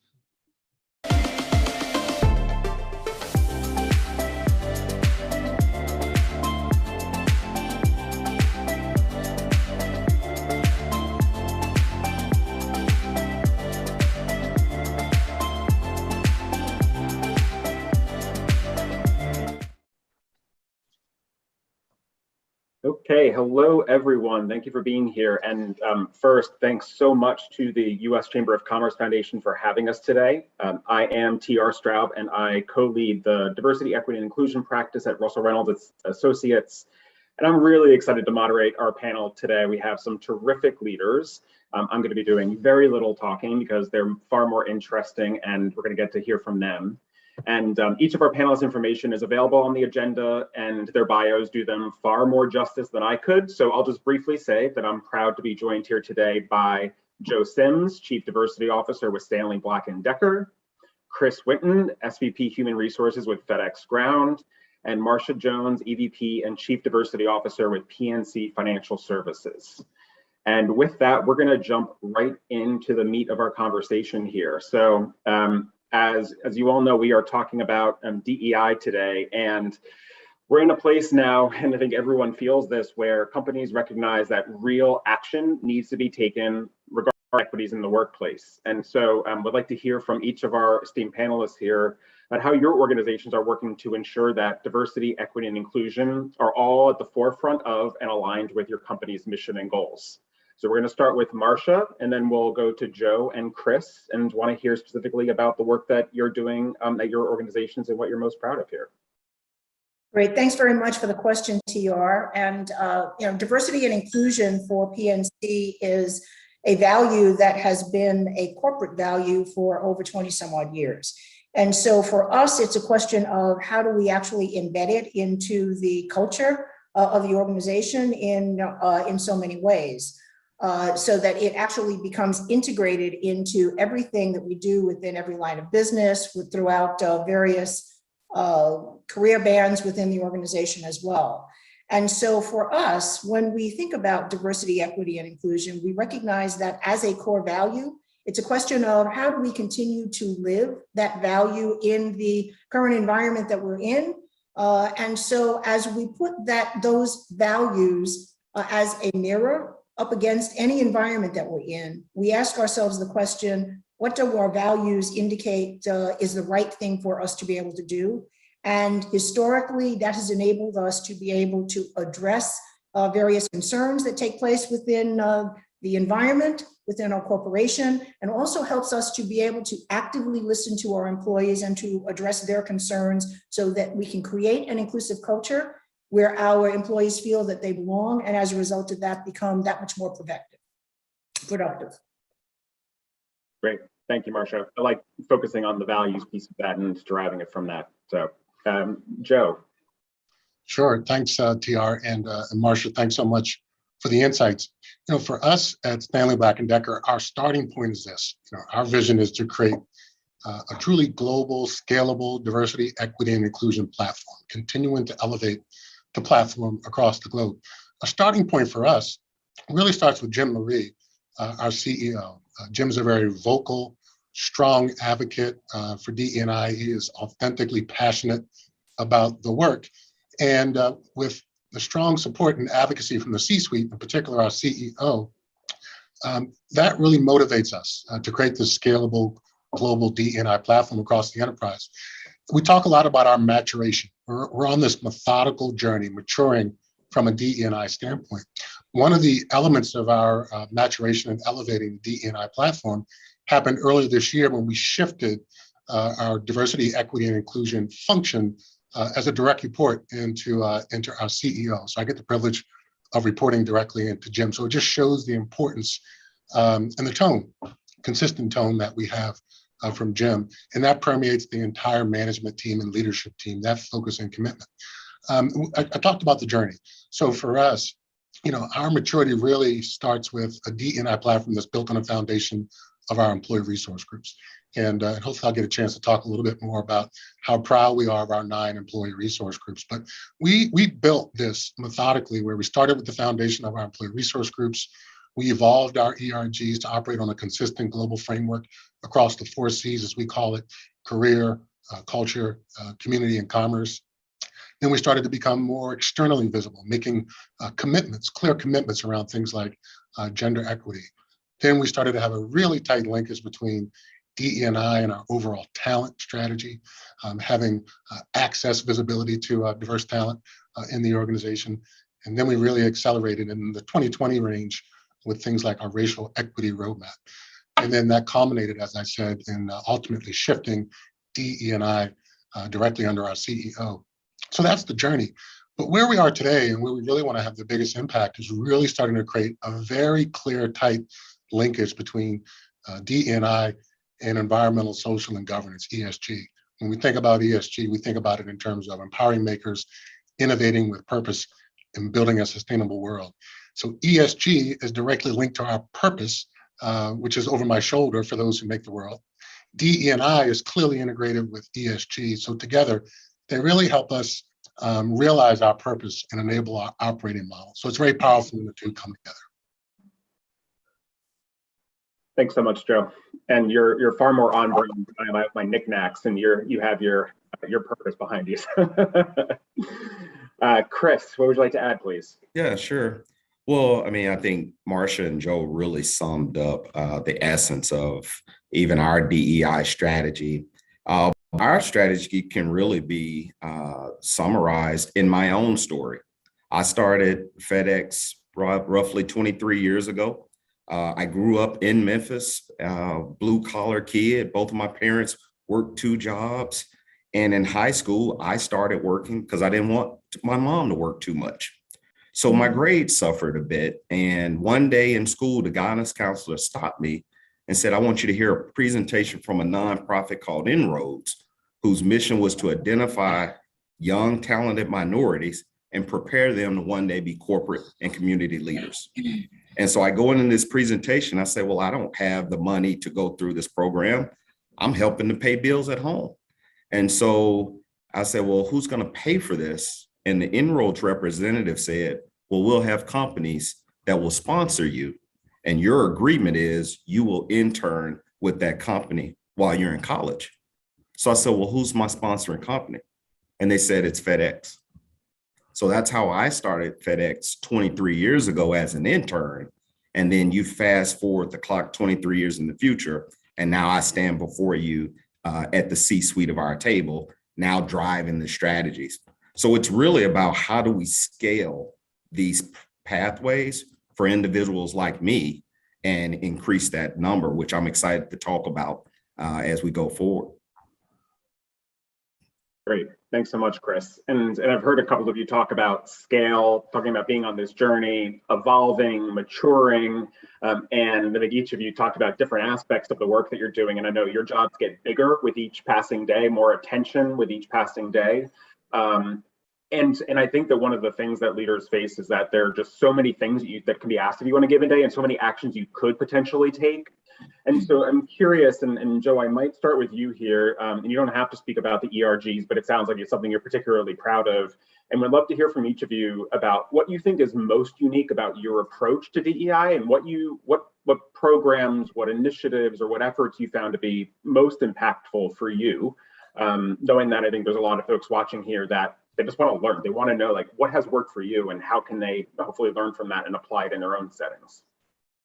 Yeah, absolutely, TR. So, you mentioned our employee resource group. So 9 groups, 90 chapters, global, with in some way, shape, or form, about 10,000 of our 56,000 employees engaged in some way, shape, or form within employee resource groups. So when you talk about impact, you have to go back to the pandemic. If you think about the role, our ERGs, we talk a lot about empathetic leadership in particular. That conversation really came to a peak during the pandemic, really engaging, focusing on employee well-being, employee mental health. How are our employees doing navigating through the pandemic? Our ERGs were the living embodiment of empathetic leadership. They checked on their members. We had listening sessions, a big part of what we do. What we act on is informed by authentic, transparent listening sessions. And our ERGs play a big role in creating those forums.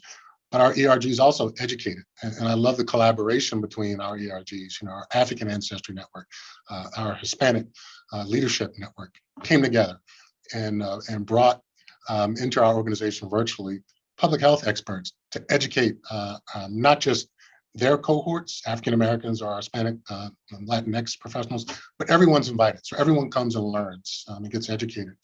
And so much of what we do with our ERGs in terms of how we have an impact starts with a very consistent, repeatable model. Listening sessions where we leverage the virtual environment through the pandemic to give multiple levels in the organization direct access to our C-suite, so our management team can hear directly what's on your mind. Right, in the wake of the murder of George Floyd, we talked directly to our African-American employees. What are you feeling? What are you experiencing? We did the same thing with our AAPI community, our Asian American professionals, when there was these unfortunate incidents of violence against Asian Americans. So listening, and then we, in many cases, really trying to hone in on how do we act? How do we build strategic pillars to act? We even do design thinking sessions. Let's think of moonshots, big ideas, bold ideas on how we're going to drive things forward. And born out of that, for example, was our racial equity roadmap. Our gender equity work is accelerated through design thinking sessions. So all of these things, the impact, then if you go back to my previous answer, comes back to ESG, the S, the social and ESG. Social engagement for us is we speak out on things when we know we can do something about it. And that's our racial equity roadmap is a great example.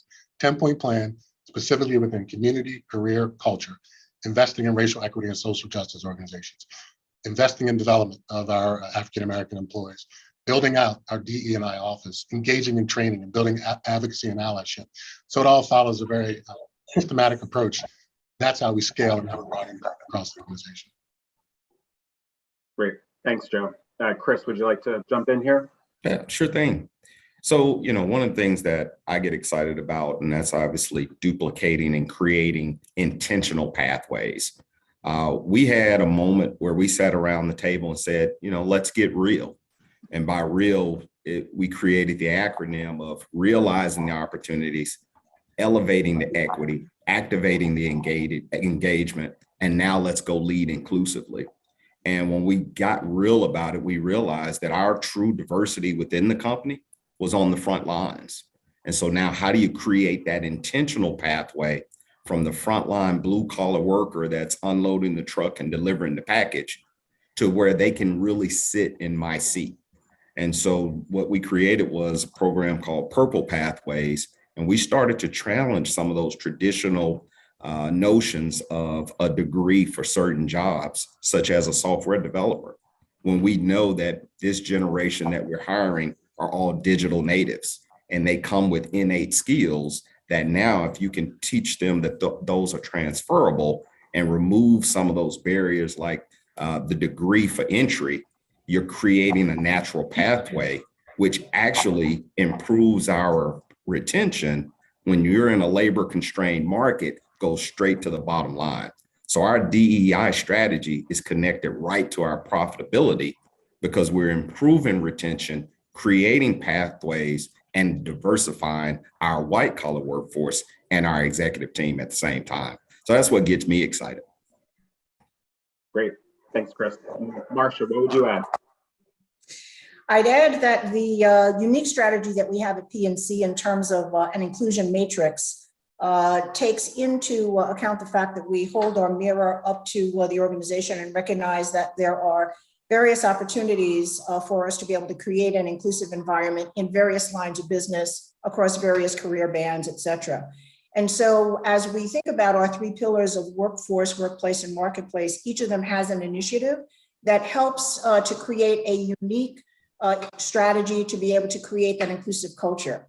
So we too have 11 EBRGs, many of which are unique and have actually been created as a result of listening to our employees and their particular needs, specifically our intergenerational employee business resource group, our interfaith employee business resource group, as well as our newly created first generation college graduates. Why? Because we recognize the fact that about 30% of college graduates now are first generation. They need to be able to have support, particularly as they enter into the corporate environment. And so as a result of that, we provide situations across the entire organization for us to not only listen to our employees, to learn from those very experiences, so much of which of course happened in 2020, and then to be able to take action, appropriate action that's going to be relatable and that's going to be intentional to the employees so that we can in fact create the kind of environment that helps us to be able to retain them. Our employee business resource groups, for example, were the ones that actually helped us to create a mentoring program. And that mentoring program has actually enabled us from a metric standpoint to have an 85% retention rate of our employee business resource groups and a 90% retention rate of those employees that participate in that mentoring program. And so through the utilization of metrics and data, we're able to understand exactly what kind of an impact our D&I initiatives are actually having within the organization. And that helps us to be able to guide and to be able to put a strategy together that's going to be intentional, but also that's going to resonate with our employees from top to bottom. Great. Thank you, Marcia. And thanks, Joe. I'm struck by just how complex the challenges are that you're outlining. And also you're talking about the various dimensions of your organizations internally and externally. And we know that changing workplace culture is not easy. Again, your jobs are not easy. You are each fabulous human beings that are talented in your own right. But I'm also assuming you don't have an army of people on your teams that can do your bidding day to day and just carry out your very wishes. So I'm curious, and I know we have a lot of social impact leaders, DEI leaders, corporate responsibility leaders that are tuning in today. How can they and your colleagues, their colleagues, support your work? How can they be allies to the DEI efforts that you're spearheading day in and day out so that you actually have the impact that each of you are outlining here? So Marcia, I might, if I can start with you here, I might put you on the spot and then pivot to Joe and then Chris. Well, we believe that the creation of an inclusive corporate culture is everyone's responsibility. So not only our managers, to whom we hold management leadership standards into account, but also to our employees, where we are asking them to be able to live the values and for that to become part of their annual performance review. But to your point, it's not possible for just a small team of individuals to actually impact over 60,000. And so as a result of that, we have to create an army of inclusion champions across the organization to be able to help us. And they're there. And the idea that you are creating a culture that for which they can become part and they can feel that they belong, but that they can also influence.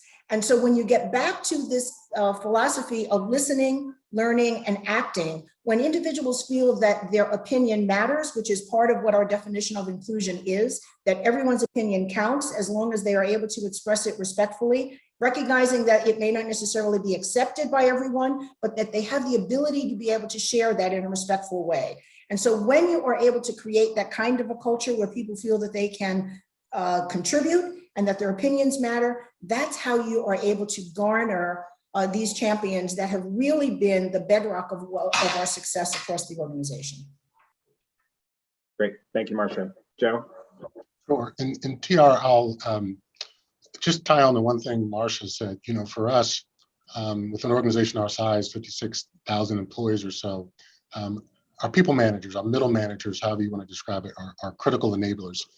And so we've really started to talk about and focus on how do we create pathways and a clear path for our middle managers on what it means to be an advocate and an ally, because they really are the keepers of our culture, right? So each and every day, we want to ensure that they understand what it means and their role they play in creating an inclusive culture, because they create the employment experience. So that's one. The other thing you asked in terms of how partners can help, I'll kind of go back to one of the comments I made about expanding the DE&I platform into new spaces, white space opportunities, tighter linkage with environmental, social, and governance. I would encourage everyone, because we're starting to do this, just starting to do it, but look for those strong connection points in areas where you don't traditionally think about DE&I showing up. So if you think about environmental, think about bringing clean energy, renewable energy, improving communities, and think about the impact on marginalized communities and what does it mean for things like solar energy. Think broadly about DE&I in the space of ESG, how we can improve and enhance marginalized communities. How do you measure the impact of being a force for good and doing social good? I haven't really touched on, we've also captured in our racial equity work is supplier diversity. And so to the extent that we can build this community, this ecosystem of organizations that are helping to build not just more diverse suppliers and building a diverse supplier base, but creating scale for small businesses and small suppliers so that they can scale up and meet the needs, some of the complex supply chain needs of large companies like ours. Certainly goes without saying, as a part of our racial equity roadmap and other elements of what we've done, supporting our Asian American population, investing in organizations whose sole purpose is racial equity and social justice. And then I would probably close with this. Overall, just expanding the approach and the perspective and elevating DE&I into new areas through partnerships. And that means differentiated things with providing DE&I and expertise as a service to our customers.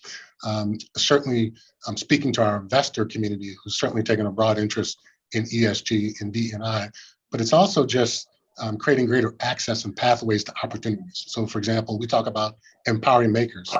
For us, as we support the maker community, for us, that could be investing in girls to eliminate barriers to getting into STEAM and STEM careers.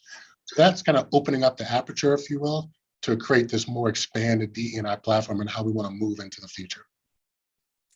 TR, I would also add that every single organization, regardless of what industry you're in, all you need to do is to take a mirror up to your particular organization and see where you might be able to apply that diversity and inclusion lens. And it's going to be unique for every corporation. It will perhaps be unique for every industry, but every single corporation is able to make an impact, particularly as you're thinking about the social aspect of DE&I.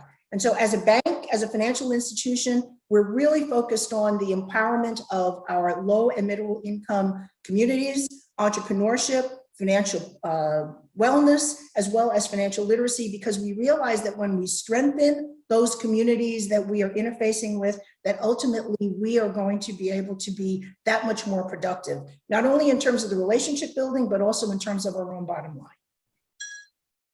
Great point. Sure. Chris? I think what I would add to that is really about connecting the dots. And so, just listening to Marsha there and PNC Bank, and they have expertise and can make a difference from their level of expertise. And when we can start looking at what each organization and each charitable organization is doing, as well as our education system, and understanding the role we can each play, and start to connect the dots horizontally versus operating vertically, now we're really creating pathways that can scale and make a difference in the communities we're all trying to help. So that's the message I would give to all of the people that are listening today. And there's a picture that I keep hanging on my wall as a constant reminder, and it's called "He Ain't Heavy" by Gilbert Young. It's "He Ain't Heavy." It's a hand reaching down from a cliff and a hand reaching up. And the thing I've learned most about rising through the ranks and really making a difference is, and I would challenge everyone, is to always be both hands. Reach down to pull someone else up, but always keep a hand reaching up so that you can continue to gain new insights, new learnings, and then we all stay connected to create the pathways of making a difference. Thanks, Chris. So I hadn't previewed this question with you all, so I won't put anyone in particular on the spot, and I'll let you respond as you'd like to. But I of course made the comment about your job is becoming harder and the pressure is becoming more demanding. But you're also having an incredible impact, and there is this great opportunity to make a difference within your organizations, through the business, thinking about your unique expertise, Chris, to that point, which I love. What keeps you all in this work, and what makes you optimistic? And just, I think we have 2 minutes left here, so 30 seconds each. Like, what is it that energizes you, that makes you want to keep going when you're seeing progress? For me right now, it is genuinely a priority. And so the door is wide open now, and I'm seeing those individuals getting promoted and then reaching back and pulling others up. So that momentum that we're catching is exciting, because I mean, the D&I topic has been a topic for so many years that, quite frankly, I'm just ready for results, and I'm starting to see the results. That's what keeps me excited. Yeah, I'll jump in. Or sorry, Marcia, please go ahead. I would say that when you see the gratification, to Chris's point, of the impact that you're actually having, that gives you the enthusiasm to be able to get up every day and to be able to hit the ground running, so to speak, to be able to say, okay, what more can I be able to do to be able to make a difference? And as Chris has indicated, diversity and inclusion, candidly, has been around for decades, over 60 years, candidly, that we've been really fighting this fight. And to see that we're actually at an inflection point that we've talked about for so many decades is really very encouraging and very hopeful for the future.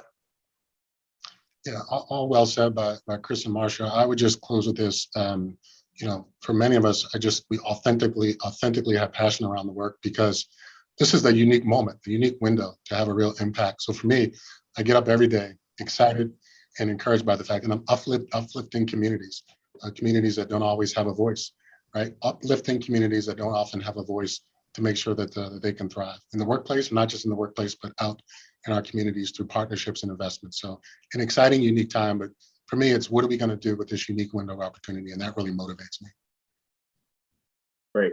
Well, thank you to the three of you, Marcia, Joe, Chris. Really appreciate you doing this. You are embodying the work. You are strong business leaders. You're having an impact on the community and very clearly walking the walk. So appreciate the three of you being here today. And thank you for everyone that's joined us. And thank you again to the U.S. Chamber of Commerce Foundation for having us today. Great. Thank you for the opportunity. Thank you.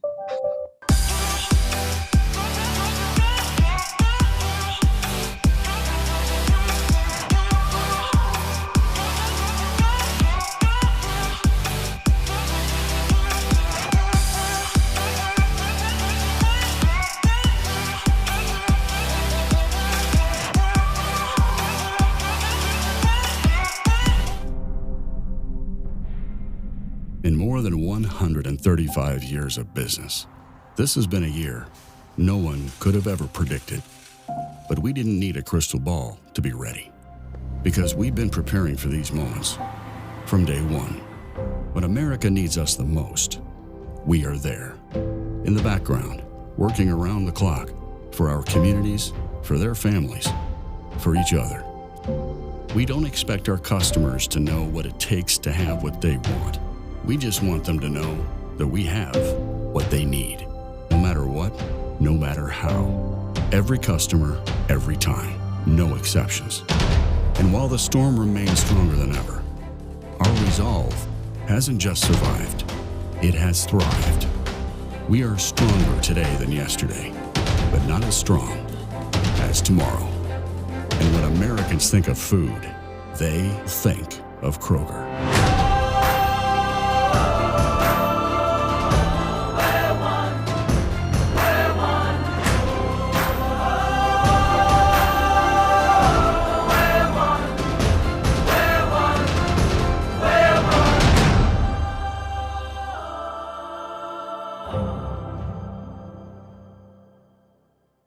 Good afternoon. I love the theme of this year's conference, Business Solves, because there's no better platform for solving problems than business, especially at a time when we're confronted with multiple crises and seemingly intractable challenges.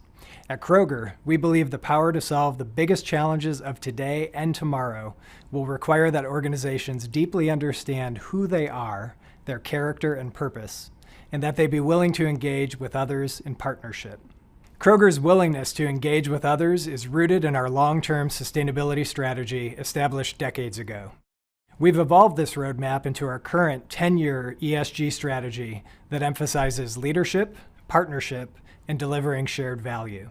How can we live our purpose through our ESG framework and commitments? How do we reach more people, inspire more action, and do more good?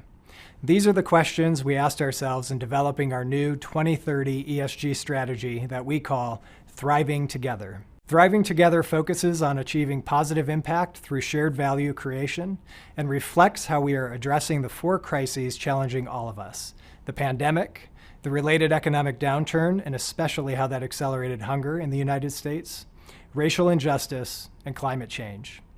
These crises brought about new expectations from employees, customers, investors, and NGOs alike for greater transparency around environmental sustainability, human capital management, racial equity, and corporate citizenship. This increasing demand for transparency only heightens the need for authenticity. Responding authentically means acting with intention and in line with your company purpose and character. Purpose is why you exist. At Kroger, our purpose is to feed the human spirit. That means striving to do better every day to make a positive impact in the lives of our customers, associates, communities, and for the planet. Character is your distinguishing attributes. What makes your organization unique? Or framed another way, how do you express your purpose through action? At Kroger, we express our purpose in ways large and small. One of the most important is through our brand promise, fresh for everyone. Fresh is the most important department in the grocery store, and freshness is a driver of where customers choose to shop. For everyone gets right to the heart of who we are as America's grocer. It's all about the democratization of food. We believe that everyone deserves to have access to fresh, affordable, and delicious food, no matter who you are, how you shop, or what you like to eat. This is why Kroger's most urgent priority during the pandemic has been to provide a safe environment for associates and customers while meeting our social obligation to provide open stores and e-commerce solutions so that our communities have access to fresh, affordable food and essentials. But I'd argue that while authenticity is the right and necessary starting point, clarity of purpose and character alone is not sufficient. To solve the big challenges of today and tomorrow, we need to harness the power of purpose plus partnerships. Let me share a few specific examples of how Kroger is responding to today's crises with purpose and through partnerships. First, our pandemic response. We are proud of our partnership with both the Trump and Biden administrations to provide millions of Americans with access to COVID-19 tests and vaccinations. To date, our pharmacists and nurse practitioners have put more than 6.7 million shots in arms, and we are one of 3 national retailers that recently committed to provide COVID-19 tests at cost to customers. Second, our action to advance racial equity. 1 year ago, in response to the resounding calls for social justice, Kroger announced its Framework for Action, a series of 10 commitments to create a more inclusive culture in our company and advance equality in our communities. Partnerships are a driving force in our progress. Through our Framework for Action, Kroger's Human Resources team has increased from 6 to 17 our partnerships with historically Black colleges and universities and Hispanic-serving institutions. We established a racial equity fund within the Kroger Co. Foundation that has already supported with more than $3 million several organizations advancing equity in our communities, including Black Girl Ventures, a social enterprise that creates access to capital for Black and brown women founders, and the Thurgood Marshall College Fund, which has been advancing social mobility through education for more than 30 years. And Kroger's merchandising and supplier diversity teams increased spend with minority and women-owned businesses by 21% to $4.1 billion last year alone, and are on target to reach our goal to spend at least $10 billion annually with diverse suppliers by 2030. And finally, the centerpiece of our ESG strategy, Zero Hunger, Zero Waste. Kroger's plan to end hunger in our communities and eliminate waste across our company by 2025. There's a fundamental absurdity in the US food system. While 1 in 8 people in our country go hungry, 40% of food goes to waste. That just doesn't make sense. And that's why 4 years ago, we decided we needed to do something to address this intractable problem. As America's grocer with an authentic connection to fighting hunger that dates back to our founder, Barney Kroger, providing hungry families with day-old bread more than 100 years ago, we felt an obligation not only to act, but to go big. Like our brand promise, Fresh for Everyone, Zero Hunger, Zero Waste is another important way Kroger expresses purpose in action and at scale. We made tremendous gains since launching our social and environmental impact plan 4 years ago. Let me give you some examples. Since 2018, we've directed 1.8 billion meals to feed hungry families toward our goal of 3 billion meals by 2025. Last year alone, Kroger donated $301 million in food and funds to support our communities, and fully 2/3 of that was dedicated to hunger relief. And we achieved a waste diversion from landfill rate of 81% in 2020 toward our goal of zero waste by 2025. We're proud of this progress, but we know that we alone can't reach our moonshot goal. We don't and we won't have all the answers. That's why we continue to focus on galvanizing people around the core idea of zero hunger, zero waste. As outlined in the book New Power by Jeremy Hyman's and Henry Timms, for ideas to spread, to become movements, they have to be actionable, connected, and extensible. The actionability, connectedness, and extensibility of Zero Hunger, Zero Waste has attracted many partners to the cause, including a team at Google similarly committed to helping achieve this big, hairy, audacious goal. We're currently piloting with Google in stores in Cincinnati the use case for a more transparent and inclusive charitable food distribution system. Our aim to increase the probability of rescued food being found by an organization that needs it so it reaches people on time. There's no doubt that we have more work to do. But by working together in common purpose toward the common good, there's nothing we can't solve together. And that is the important thing for businesses to understand. We can't solve any of our most significant challenges alone. As we act with authenticity, we must remember that it is purpose plus partnerships that can generate the real power and potential to solve our biggest challenges. At Kroger, we'll continue to welcome collaboration with partners who share our vision for a world with zero hunger and zero waste, and our commitment to the core pillars of our 2030 ESG plan, helping people live healthier, more sustainable lifestyles, supporting and facilitating a just and inclusive economy, protecting and restoring natural resources for a brighter future, and building more responsible and resilient food systems, knowing that food is inextricably linked to the health of our planet, the climate, and our shared humanity. Thank you for the opportunity to speak with you today.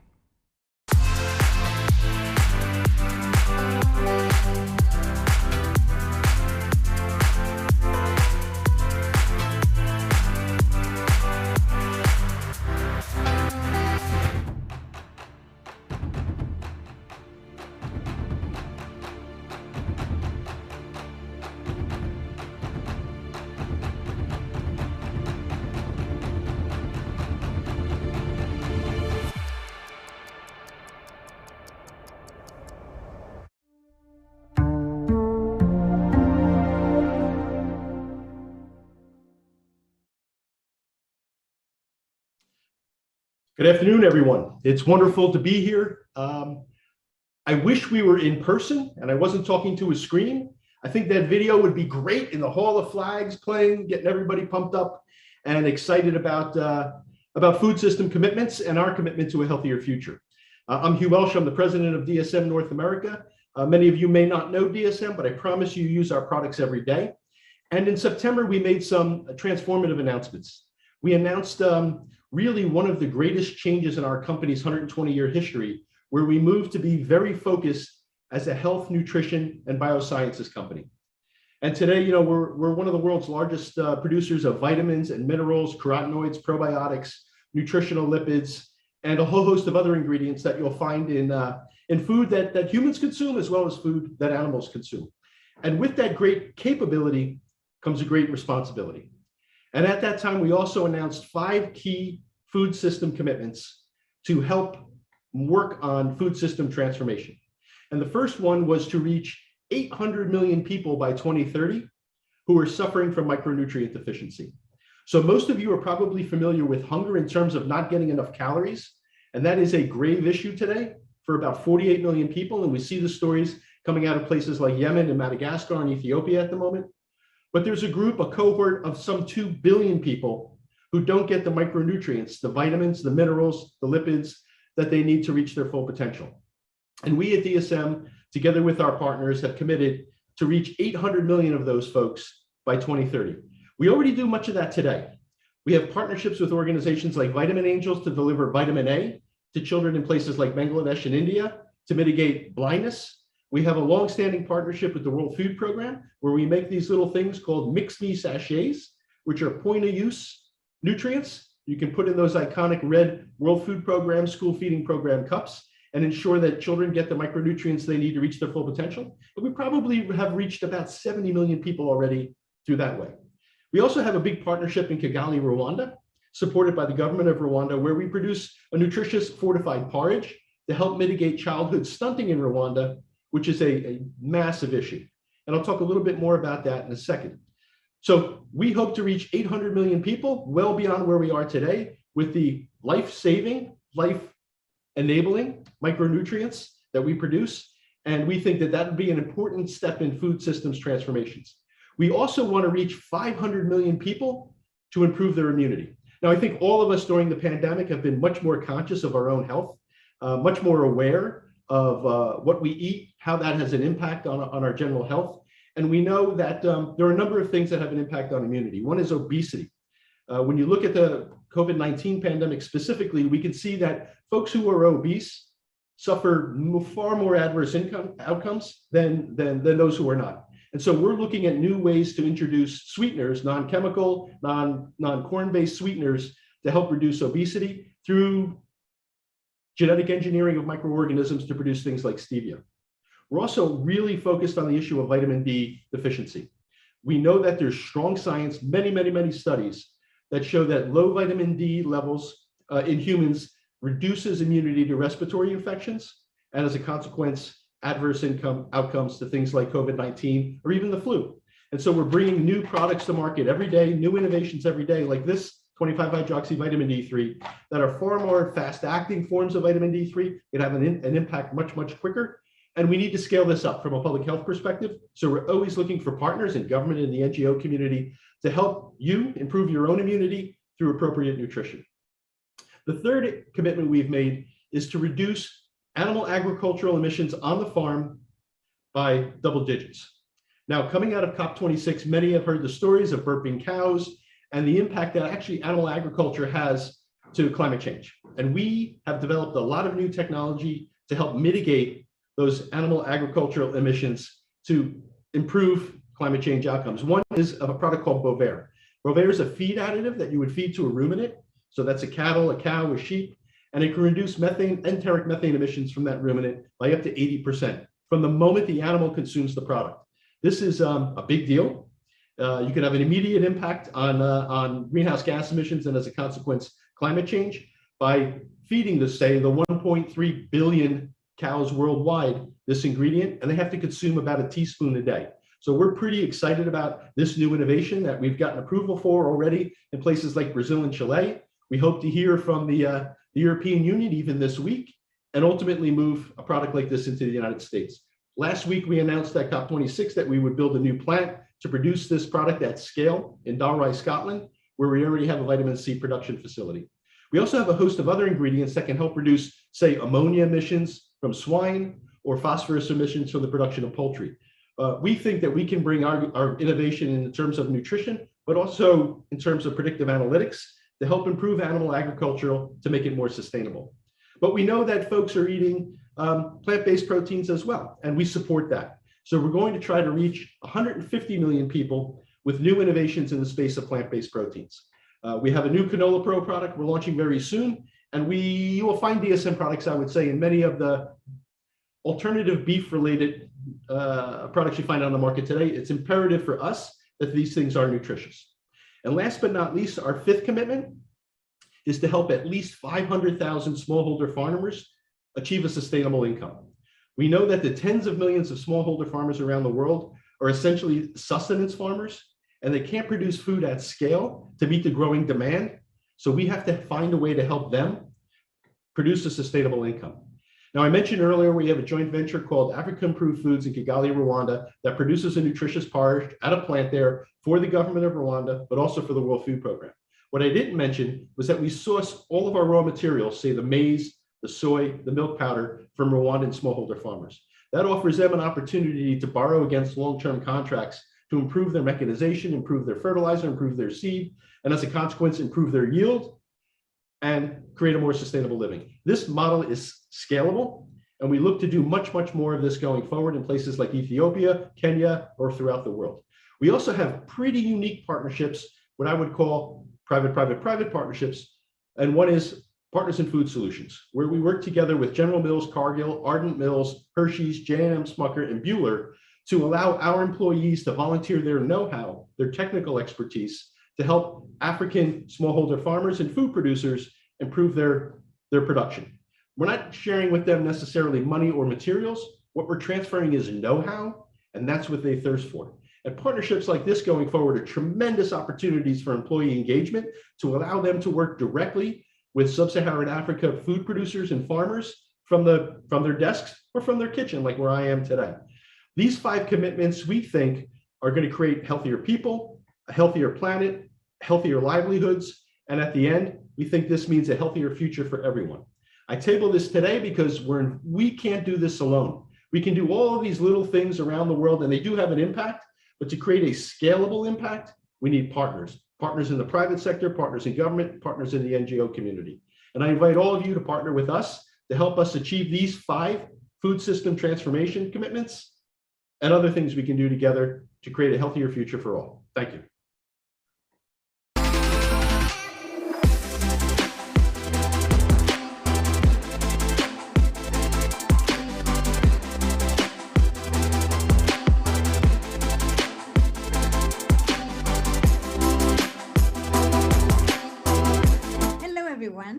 My name is Bettina Stix, and I'm the Director for Disaster Relief and Right Now Needs at Amazon. At Amazon, we seek to eliminate barriers to meeting right now needs of children and families, and we partner with organizations who share our commitment. To increase access to food and basic goods, for example, we launched community delivery, and we partner with food banks and organizations to deliver prepackaged meals free of charge directly to the doorstep of people that need them. Today, I'm so excited to be joined by C.D. Glenn, Vice President of PepsiCo, of the PepsiCo Foundation and Global Head of Philanthropy at PepsiCo, and Pamela Taylor, the Chief Communications and Marketing Officer at No Kid Hungry. Today, during our panel discussion, we will explore how COVID-19 has amplified food insecurity. Through our conversations today, we will seek to understand how we can work together in creative ways to meet challenges of providing healthy food where it is needed the most. Let us start our panel. First question I want to ask is, tell us what you learned during the pandemic and how are you applying those learnings to create more sustainable food systems moving forward? Pamela, let's start with you. Oh, great. Thank you. So, the pandemic was an economic crisis and a healthcare crisis all at the same time. And everyone was like, what do we do with this? Families were facing economic hardship.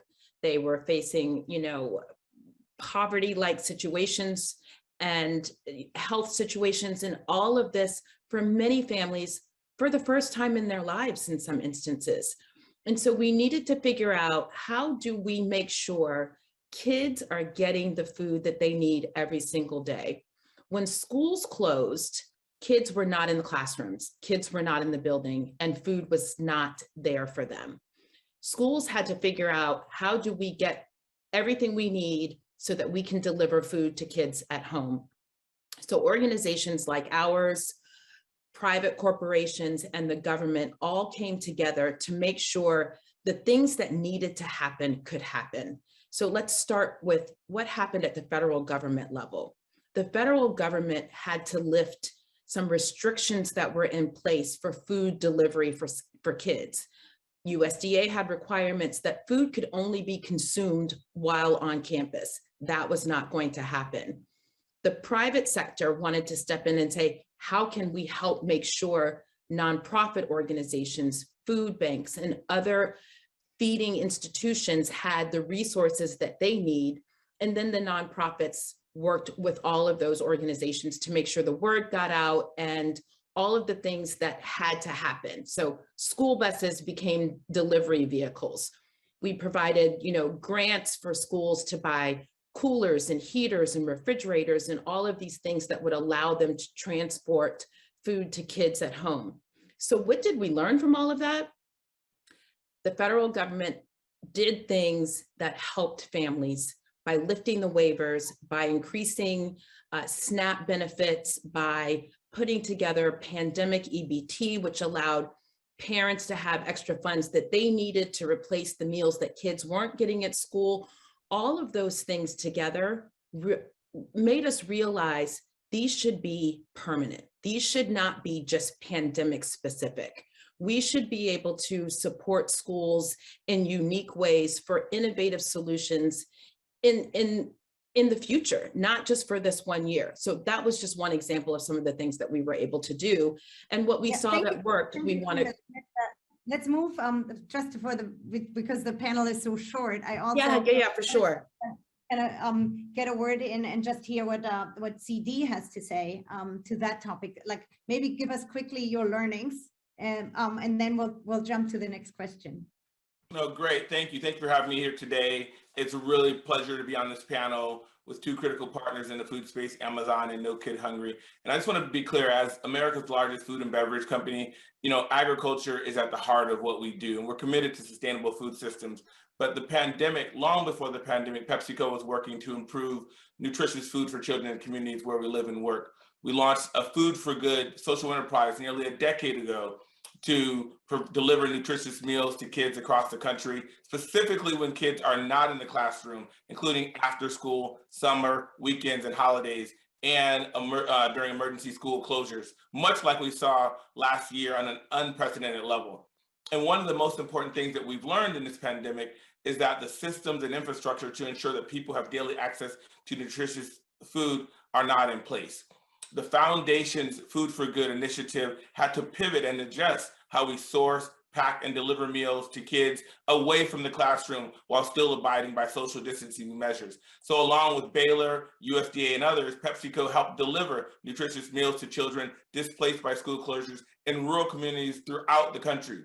We were able to deliver shelf-stable meals in bulk directly to children's front doorsteps.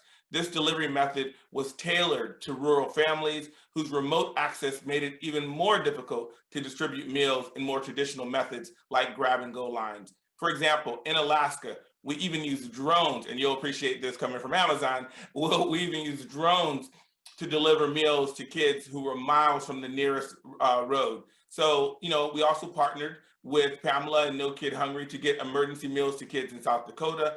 A South Dakota post office reported receiving more Food for Good PepsiCo meal packages than the number of packages they received during the Christmas season. So we just want to make it clear that if it weren't for the pandemic, to some extent, we may have never innovated upon or shifted our longstanding approach. And now that we have, we're doubling down on these capabilities and learnings and scaling what worked globally. We're using our 200 plus countries and territories where we operate to really scale our efforts and truly to have turned an opportunity out of the chaotic situation that we all saw with the pandemic. Never let a good opportunity, never let a good crisis go to waste. We actually doubled down and are doing more than ever. I remember that we said exactly the same thing in the panel in July. Never let a good crisis go to waste. Or a bad crisis, right? Oh, yeah, good. Or bad crisis. It's really interesting to hear, like we had different scenarios.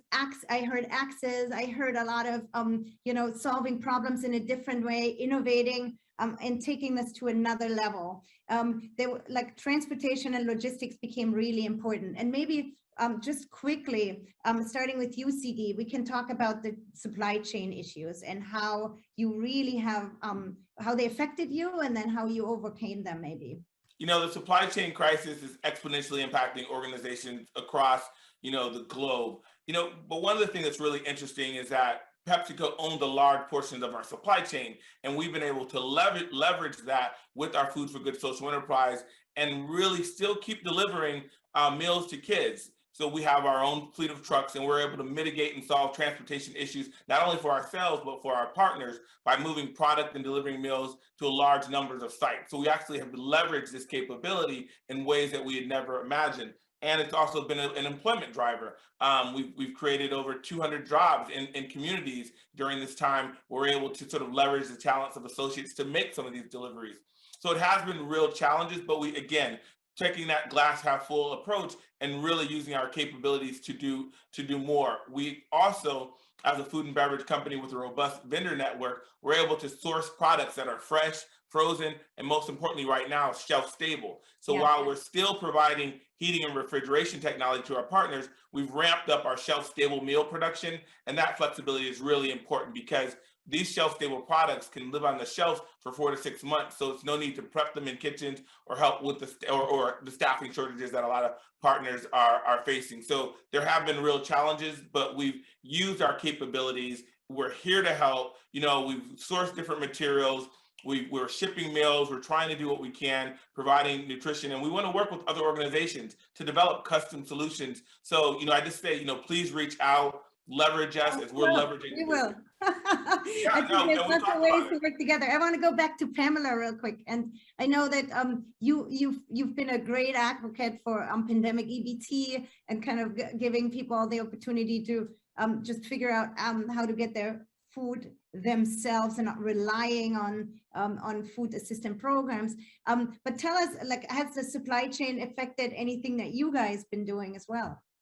Well, we focus so much of our energy and efforts on schools because that's where kids are. And this September, we were so excited, like everyone else, that schools were opening and kids were going to go back to getting breakfast and lunch and after school snacks. And then all of a sudden, the supply chain shortage happened. And the next thing you know, schools were waiting on trucks to show up. They weren't sure what was going to be on them. They were missing basic things like napkins and utensils and plastic sporks and the cardboard trays that they serve the meals on. Teachers will not let their children go hungry. They are going to big box stores. They're going to local grocery retailers. What school teachers and administrators are doing to make sure that no kid goes hungry has been nothing short of remarkable. And what we've been helping them do is to make sure they've got the resources to do that. No one budgeted for this, right? No one budgeted for last year. We thought we were in the clear. No one has budgeted for this. So again, No Kid Hungry is helping schools to get those extra resources they need so that when they need to fill in some gaps, when they need to fill in some nutritional needs for kids to make sure meals are served, we're able to help them do that. Thank you, Pamela. And we're coming to our last questions, and I give every one of you about 1.5 minutes before I wrap up. So Pamela, let's go again with you. What does the future hold? How can we continue to innovate together to solve food insecurity? So one of the things that we know is what we learned during the pandemic, how to be innovative, how to be creative, how to make sure kids are getting access to foods every day. We're going to continue moving forward with breakfast before the bell, breakfast in the classroom, working with community-based organizations so that they have the technical assistance and the resources they need to provide those after-school meals, those weekend meals. Our goal is to make sure every kid in every community gets 3 meals a day, 365 days a year. Thank you. CD. No, great. So over the past year, PepsiCo has accelerated our efforts to help make food systems more sustainable, regenerative, and inclusive. We recently launched our most ambitious effort yet by embracing a bold new approach called PepsiCo Positive. a strategic end-to-end transformation with sustainability at the center of how we will create growth and value by operating within planetary boundaries and inspiring positive change for planet and people. And it starts with us. By becoming better ourselves, we'll not only meet the needs of stakeholders and position ourselves for long-term growth, we can also help build a stronger, more sustainable future for all of us. We're focused on building a positive value chain in how we make and move our products, and increasing positive choices, providing people with diverse product portfolio of products, specifically with increased access to nutrition. So, in the end, we are literally talking about food for good. We're saying food good for food forever. We're talking about food that's beneficial to our communities. We have some of the most innovative and passionate people in the country joining in this conference here today. And it's really important that we gather together at the table with our collective strengths to build lasting solutions and create opportunities that nourish minds and feed potential. So together we can make this change. We can provide food for good. And I'm just here to say, hey, let's do more together. Let's join forces. Yeah, I can't wait to partner with both of your organizations in the future again. Like for Amazon, access to food, making sure families are fed every day, sustainability, innovating together. All of these are really, really important things for us. And may I add, at Amazon, we are known for the convenience of shopping. So I want to add also dignity and convenience for those that are, that suffer from from not knowing where the next meal comes from, is something that's really dear and close to our heart. And I hope we can continue keeping the dialogue going between our teams and maybe other teams as well that want to innovate with us together. No, I couldn't agree more. And I would say, there are companies, a lot of organizations are looking at the Zero Hunger Pledge. And so PepsiCo has signed onto that with a $100 million contribution. We're trying to walk the talk and talk the walk. So it takes both. And No Kid Hungry, what they're doing, their work with Amazon, but we're just it's a rallying cry. This is the moment where we're all asked to step up, Bettina and Pamela, and I'm glad to be on this journey with you guys together.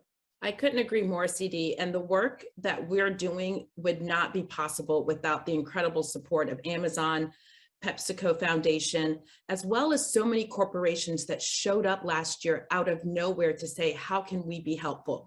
Public-private partnerships are critical to making sure every kid gets fed every single day. I love it. Thank you to both of you. It was such a pleasure talking to you. Back to the Chamber of Commerce.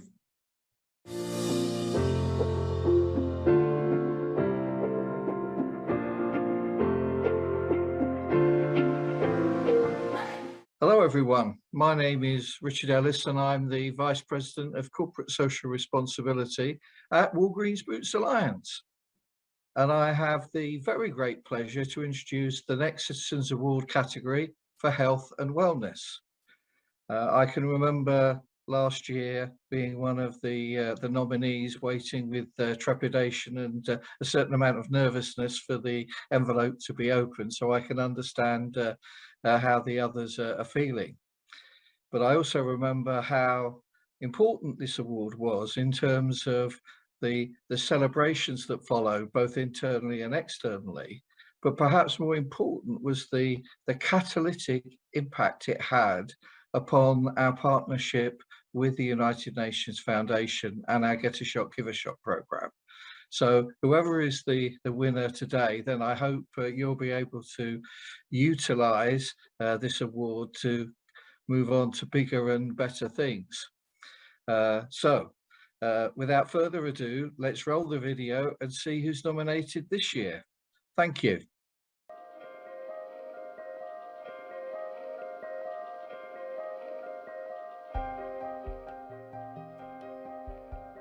The finalists for the 2021 Best Health and Wellness Program Award are Bayer US LLC.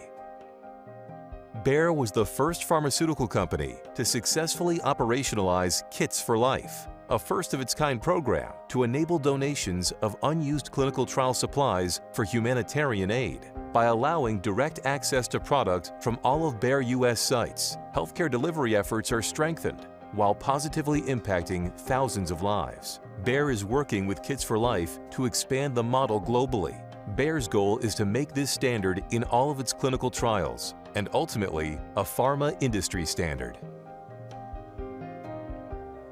Eli Lilly and Company. For children and young people with type 1 diabetes, lack of insulin access is one of the main causes of death. In response, Eli Lilly and Company has partnered with Life for a Child and Direct Relief to deliver diabetes support, including insulins, to vulnerable children and young people. Since 2009, Lilly has donated more than 28 million milliliters of insulin to this effort, in addition to covering the costs of arranging, packing, and shipping the insulin to beneficiaries. Starting in 2021, the partnership will expand access to care for youth with diabetes from about 23,000 in 2020 to approximately 150,000 over the next 10 years. Pfizer Incorporated.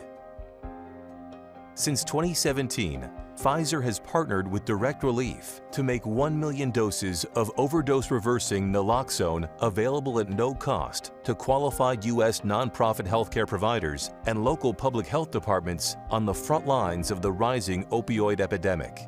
At the height of the COVID-19 pandemic, Direct Relief saw an increase in requests from its network, and Pfizer provided an additional 500,000 doses to meet the growing need. In late 2020, Pfizer made a second commitment of 1 million doses to continue reliable access. Direct Relief has distributed nearly 2 million doses of Pfizer-donated naloxone at no cost to 834 nonprofit health centers, free clinics, public health departments, harm reduction organizations, and other opioid overdose prevention and treatment organizations.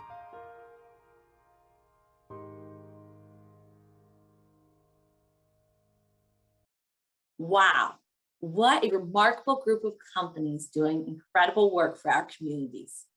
I'm Rebecca Musso, Executive Director of Corporate Relations here at the U.S. Chamber of Commerce Foundation. It is a pleasure to congratulate all the finalists of the Best Health and Wellness Program Award this year for the incredible work and dedication you all have demonstrated. Without further ado, let's find out who the winner is.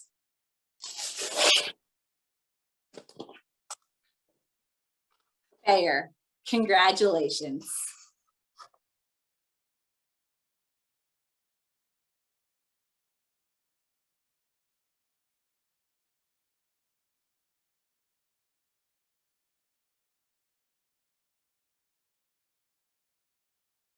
Wow, thank you, Rebecca. My name is Mark Ryan, and I'm head of the Site Management Americas region for Bayer. I am honored and humbled to accept this award on behalf of Bayer as the Kids for Life sponsor. I want to thank the U.S. Chamber of Commerce Foundation and the judges for acknowledging Kids for Life with this award. I would like to also congratulate Lilly and Pfizer, the other finalists in this category, and I encourage others to learn about their amazing contributions as well. There are many people who have contributed to making Kids for Life successful at Bayer and beyond, as well as getting us to the point today where we're at. But there are some people that I truly need to mention individually. Greg Foltz, who's on our call today from the Deaconess Clinic. It was Greg and his team that had the initial idea for Kids for Life, and none of this would be happening without him and his team. Lori Warrens, from the MedSurplus Alliance group. The partnership that Bayer and MedSurplus Alliance have built is at the cornerstone of the Kids for Life success. Josh Kravitz, also at MedSurplus Alliance, created and oversees the processes for Kids for Life to operate smoothly. Georgia Winson, Ratish Kumar, and all the volunteers at Hospital Sisters Mission Outreach, they are critical in ensuring that supplies get to those in need and makes this whole process successful. And last but not least, individually, Donna Libretti Cook from Bayer. Donna is the key person that has made Kids for Life successful at Bayer, overcoming too many challenges to even mention here today. But really, I want to personally thank all of these people for making Kids for Life such a success. So why is Kids for Life so important to me?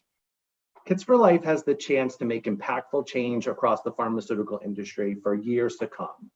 Imagine just not throwing out any unused clinical supplies and instead pack them up, ship them to MedSurplus Alliance and Hospital Sisters Mission Outreach, where they can be distributed to communities in need around the world. At Bayer, Kits for Life has been now embedded as a normal clinical trial process across all of our US clinical trial sites. In my mind, Kits for Life is in its infancy. We're currently expanding to our trials in countries around the world. And ultimately, I would like to see this as part of every clinical trial run by any sponsor, CRO, or investigator. Quite honestly, I just personally think it's the right thing to do. On behalf of Bayer, I want to thank everyone again for acknowledging Kits for Life's success. Kits for Life truly exemplifies Bayer's vision of health for all and hunger for none. Thanks again for this amazing honor and award. I'm going to turn it over to Greg Foltz, who has a few words to say as well.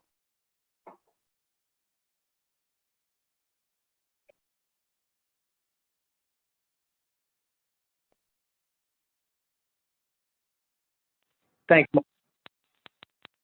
Mark. I just wanted to thank as well the Chamber Foundation for recognizing Bayer's leading edge efforts, because I truly believe they are leading edge with Kits for Life, which not only has impacted thousands of lives, but has the potential to impact millions more.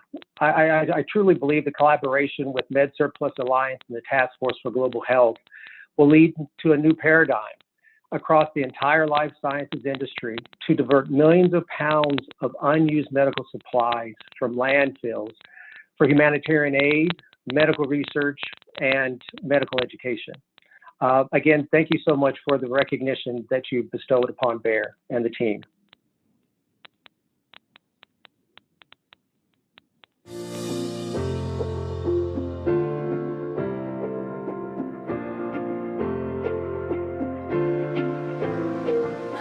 Well, hello, everyone. I'm Carolyn Cawley, and I'm president of the U.S. Chamber of Commerce Foundation.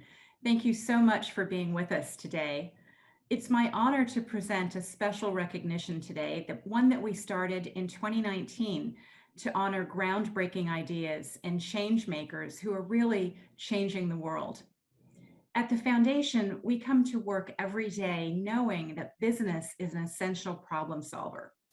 And that's especially powerful when businesses can really dig deep into what they do and their core competencies and their special magical powers, and pinpoint exactly where they connect with consumers and the kind of influence they can have. And that's exactly what BET has done. In the wake of last year's nationwide call for racial equity, BET launched a new campaign called Content for Change. It's a campaign rooted in the principle that as a media company, they literally have a stage and they have screens that shape our values and perceptions and actions. And so with this knowledge and this power and this obligation, BET has been using its unique position and platforms to drive critical changes in the things we need to do to eliminate systemic racism and inequality in America. It's really important work, and we're so proud to have them on our stage today. A sobering fact, one of many, but a sobering fact is that 2 in 3 Black Americans don't feel that they see themselves and their stories represented on screen. And women of color hold only 4% of positions in the C-suite. And it's not much better for men of color, who hold only 12% of positions there. So to help close these gaps, BET has been building key partnerships and creating content that spotlights the voices of Black lives and Black experiences and calls to action for all of us. The company and their corporate partners have dedicated $25 million to Content for Change. And since its launch, the initiative has expanded across Viacom CBS's whole network portfolio. It's really become a North Star across the company's full spectrum of brands and networks. So for this work and this leadership and this commitment, it's my pleasure to present this year's special recognition for World Changing Ideas Award to BET. It's for their pioneering efforts to drive systemic change through the power of content and creativity, which they're really good at, and it's a pleasure to have them. So please take a look at this short video, and then BET's Chief Social Impact and Communications Officer, Janine Liburd, will be with us shortly to accept the award. Thank you. At BET, Black lives have always mattered, which is why BET invested $25 million in launching Content for Change. It was important for BET to show up in a bigger way. Content for Change creates and supports content that empowers the Black community through healthcare. I wanted to have this conversation with you about COVID-19. Civic participation. In 2020, I choose to be counted by completing the census. Economic awareness. Is it as simple as money? Yes, we need more funding. And racial injustice. Why are Black Americans being hit the hardest by this pandemic? Our COVID-19 relief fund raised over $19 million. Tonight's relief effort is about bringing some love and light as we all go through this pandemic together. Through amplifying our voices and ending systemic racism in America. We are at a very critical moment in the history of this country. And we will do all of this by continuing to create content for change.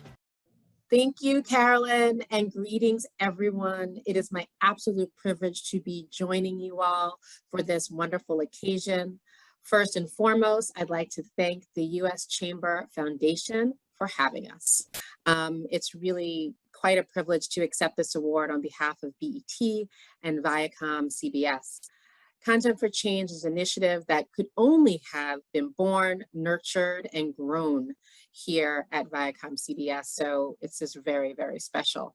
Content for Change was born shortly after the tragedy of George Floyd's death. We knew we wanted to do something to have lasting change, not just a one-shot deal. We knew we would create programming.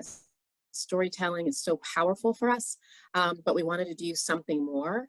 So in addition to the programming that we've done across the network, we've also embarked in an incredible research project with Stanford University, looking at research that will help us better understand how can we use storytelling to change perceptions and beliefs, and use our superpower of media to do that across the globe. So this opportunity to continue this work across all of the Viacom CBS divisions has been exceptional. And it is so exciting and a huge responsibility for all of us. And we could not be more happy to be recognized in this way, to have the opportunity to use data, to quantify our understanding, harness the power of storytelling, is really what my career has always been about. And so to be able to do this and be recognized in this way is particularly special. So thank you again. I really couldn't be more proud of this work, the vision and mission behind it. Special thank you to all of my Viacom CBS and BET family, particularly to Bob Backish, who embraced this program upon first hearing it. Scott Mills, who created the concept and has been the leader for us in doing so, and their support and enthusiasm and just the strength of the whole company behind this concept. We can't wait to continue to share. We're just at the beginning, and we can't wait to share more of what we've learned with everyone, so we continue to create change. Thank you again, and look forward to working and partnering with you more.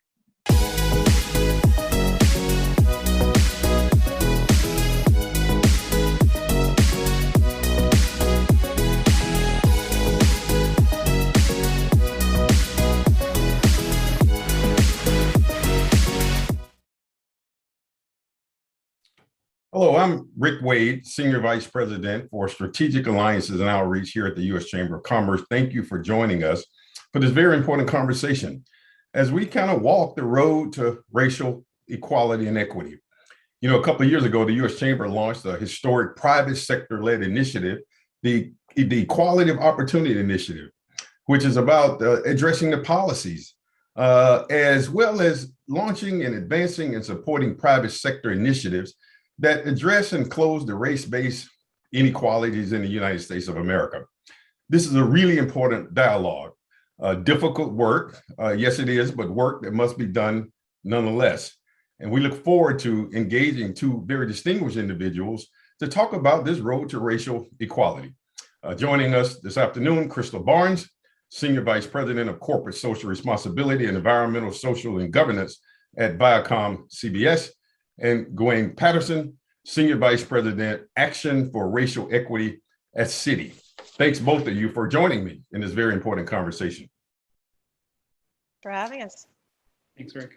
Crystal, let's start with you. What a wonderful segue coming from and seeing my good friend Janine talk about content for change. Tell us a bit more about that, because I think one of the things that she mentioned was the power of storytelling. So give us a little bit more insight about the work at Viacom CBS and more specifically content for change. So I would love to. And again, thank you for having me. Just to take a step back, one of the things that we are really excited about and committed to is using and leveraging the power of one of the largest content creators for good. And so for us, that means that we understand that we have the ability to positively influence social impact outcomes, as well as stories. And in that, there's a responsibility to leverage our content. There's a responsibility to leverage our reach. There's a responsibility to leverage our platforms in order to shape the values and the perceptions that we know shift cultural change, right? And so that's what Content for Change is all about. It's about leaning into research and insights in rigor across 3 areas that we know will help us to create a big shift across our content. So evolving the stories that we tell across Viacom CBS, across our creative supply chain, which supports that content, and ensuring that we are, infusing equity into that entire content pipeline. And then about the culture. So that's our internal culture. It underpins everything that we do, in addition to infusing access to opportunity and having accountability for that within, our cultural space. And so in doing all of these, the hope is that we're able to combat racism, bias, stereotype, and all forms of hate that exist both on and off screen. And so that's really, as Janine said, it started with BET in 2020, and very quickly we realized that there was an opportunity to expand it across the organization. And so that's what we did last month. And it really does lead our accountability journey in this space. Again, I think you're right. The storytelling and the power of that is just absolutely impactful. I'm just curious, before we go over to Gawain, why is it when I guess it's one thing to have the conversation about race in America, and it's tough, but when you put a face on it, what's the outcome of the storytelling? To help us understand what about each other? Yeah, so the outcome of the storytelling is to tell true and diverse stories of the audiences that we represent and deliver content to every day, right? And we do, as a company, we do have a legacy of telling very diverse stories. However, we also know that there's an opportunity to bump that up a notch so that we could see the truth and the real in each other, right? And we have, at Viacom CBS, we have from BET to Nickelodeon to CBS to MTV. We have a ton of diverse networks underneath our umbrella. And so we do have an opportunity to tell stories, to tell them appropriately, to tell them accurately, and to tell them diversely so that we can see ourselves and each other reflected in the content that we serve. Yeah, thank you. Gawain, you at Citi, you've launched, I guess, a very comprehensive, incredible, impactful initiative and work that you're leading around Citi's Action for Racial Equity. Tell us more about that and how that came to be. Thanks, Rick. Absolutely. And again, it's a pleasure to be here to talk about what Citi's doing and also hear about the incredible work at Viacom. So Action for Racial Equity, or ARE as we call it internally, was born long before we actually announced it. In the months before, our CFO and then CEO tasked us across the firm to think comprehensively about what a response to racial inequity might look like. And our team, Community Investing and Development at Citi, which focuses on how we show up in communities, convened a task force of leaders from across the firm to come up with ideas, to really think about putting that into action. We considered dozens of ideas from across the business, and ultimately we landed on those that we announced, which amounted to more than $1 billion in strategic initiatives to help close the racial wealth gap in the US. And we focused on the racial wealth gap because as a financial institution, that's kind of where we show up most effectively. And core to our approach was taking a business-focused lens on the work that we were doing. Philanthropy is a component. We see that as an important catalyst for innovation, but we really wanted to look at who we are as a company. And that shows up in the 4 pillars of our commitment: access to banking and credit in communities of color, Black entrepreneurship, affordable housing and Black home ownership, and working to become an anti-racist institution. None of this work is new for us. It builds on a long-standing focus on financial inclusion, relationships with racial justice organizations, and investments in programs that have targeted the racial wealth gap for more than a decade. But what is new is, as you highlighted in the question, honestly, the extent to which we have engaged teams across the company in an effort that's comprehensive. That's really about what we're doing with what's at our core and what we do day to day.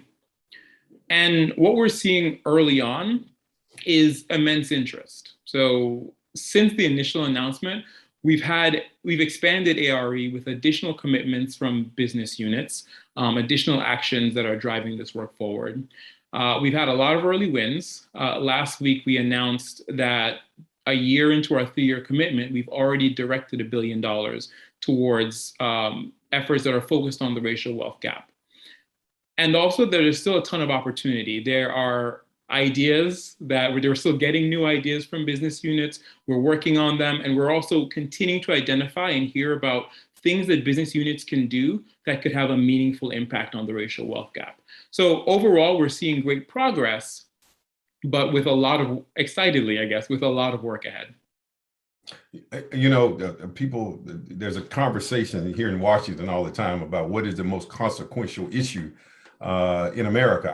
I do believe it is closing the wealth gap. And if we do that, we address so many of the social challenges in our communities.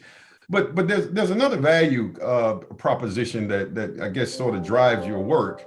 We have a partnership with the W.K. Kellogg Foundation around this business case for racial equity. We understand the moral imperative, but there really is a business and economic case, right? Because I think your report says that our GDP grows by some $1 trillion. Can you speak to that? I mean, that's a really important outcome of addressing these inequalities. Absolutely, and we know that because of the work that we do, we've known that. But we very luckily, Citi Research, an independent team within Citi that does research on a variety of different issues, was researching the racial wealth gap at the same time that we were thinking about how do we respond. And what they found in their research is that if we closed the racial wealth gap 20 years ago, we could have added $16 trillion to the US economy. So a missed opportunity. But more importantly, if we close it now, we could add $5 trillion to the US economy in the next 5 years. That's a huge opportunity, not just for communities of color, but for the nation as a whole. And so when we do, part of why we look at closing the racial wealth gap as a priority for the firm, not from a philanthropic perspective, but from a business one, is exactly that. There is a business case for tackling these issues. Yeah.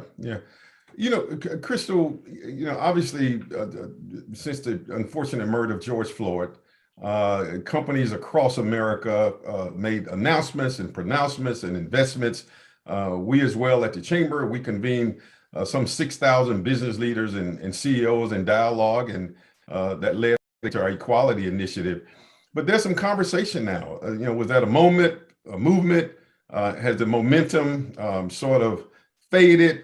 What's your thoughts on that? And if it has faded, how do we keep this going so that it does become a movement that's impactful across America and the world, quite frankly? Yeah, so here's what I'll say to that. We're on a journey. And in many ways, the media industry has really just started to turn the heat up and the intensity up on addressing these issues. The key is really accountability. And so the more that companies center accountability in ensuring that they are talking about and taking action on these issues, the more that it becomes a part of the business imperative, right? These are material issues no matter what industry that you're in. They're important to the viability of your organization. There are also issues that we know that stakeholders, as diverse as they are, be it employees, be it the investor community, be it clients or potential clients, it's something that's important to them. And so measurement is the key to keeping the momentum going. You hear all the time that what gets measured gets done. And that's so true. And so the more that we are able to center accountability, the more that we are able to center measurement, we should continue to see increased momentum in these areas. It's not until we do that we can be comfortable in knowing that the progress is going to continue to multiply the way that we know that it needs to. Yeah. Any thoughts, Wayne? I mean, I think you raised a really good point about accountability, and you mentioned a number of different groups, including employees. I think one of the things that we're seeing that there is an expectation of particularly consumer-facing companies that their employees want to know where companies stand on these issues. Wayne, do you agree with that, or what are your thoughts around momentum? How do you keep it going? Was it just a moment? Absolutely, and I would echo everything that Crystal said. I think that's spot on. I think for companies that take this work seriously, then that momentum has not faded. It continues to evolve. So for Citi, that fourth pillar of our commitment, working to become an anti-racist institution, that's the center of that momentum.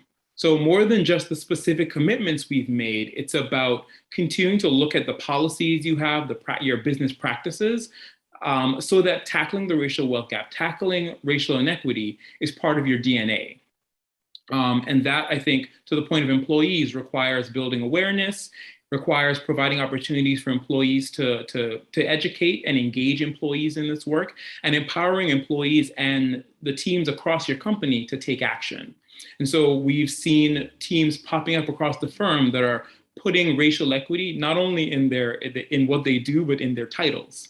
And that's a lot of people across the firm in different parts of the company focused on racial equity and focused on these issues, but that itself feels like a good sign of progress. Because a mandate from the top, setting the tone from the top is great. That's really important in creating this, but sustainability of this work really requires that managers and that employees at all levels feel like they own a part of this as well. Yeah, Crystal, you made a really, I think, important point earlier. I mean, that old adage that what is measured gets done.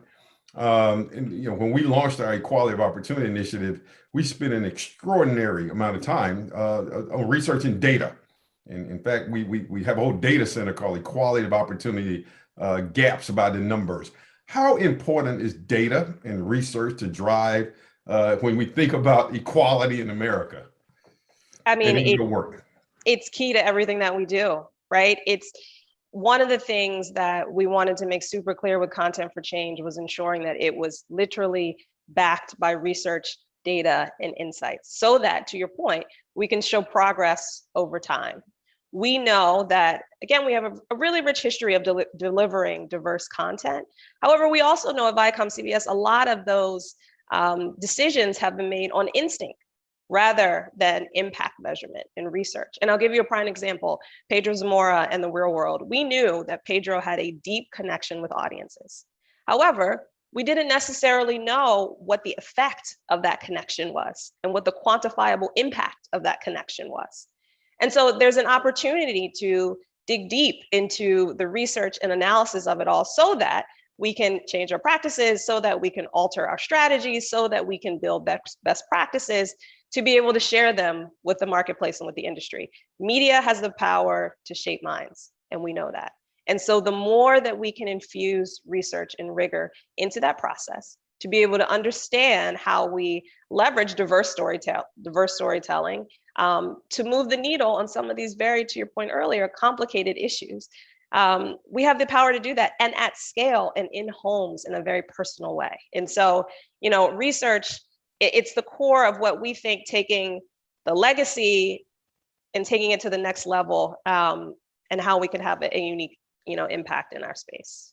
Yeah, yeah. Gwen, what's your thoughts? I testified on Capitol Hill a few months back about this very issue, data, and its importance. How do you think about data? Because I think it has so many implications when used to drive decisions. How do you think about this at Citi?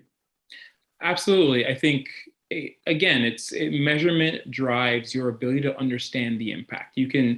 Anecdotes are great, but real data can help you actually understand the progress that's being made. When we launched Action for Racial Equity, we did so with a big dollar amount commitment. We said $1 billion, and that was an important anchor for telling the story and making it easy for people to understand what we're trying to accomplish. It's a great headline, but it's not our primary measure of success. For the quantitative commitments within the goal, there are measurable goals that they track against to see what progress they're having.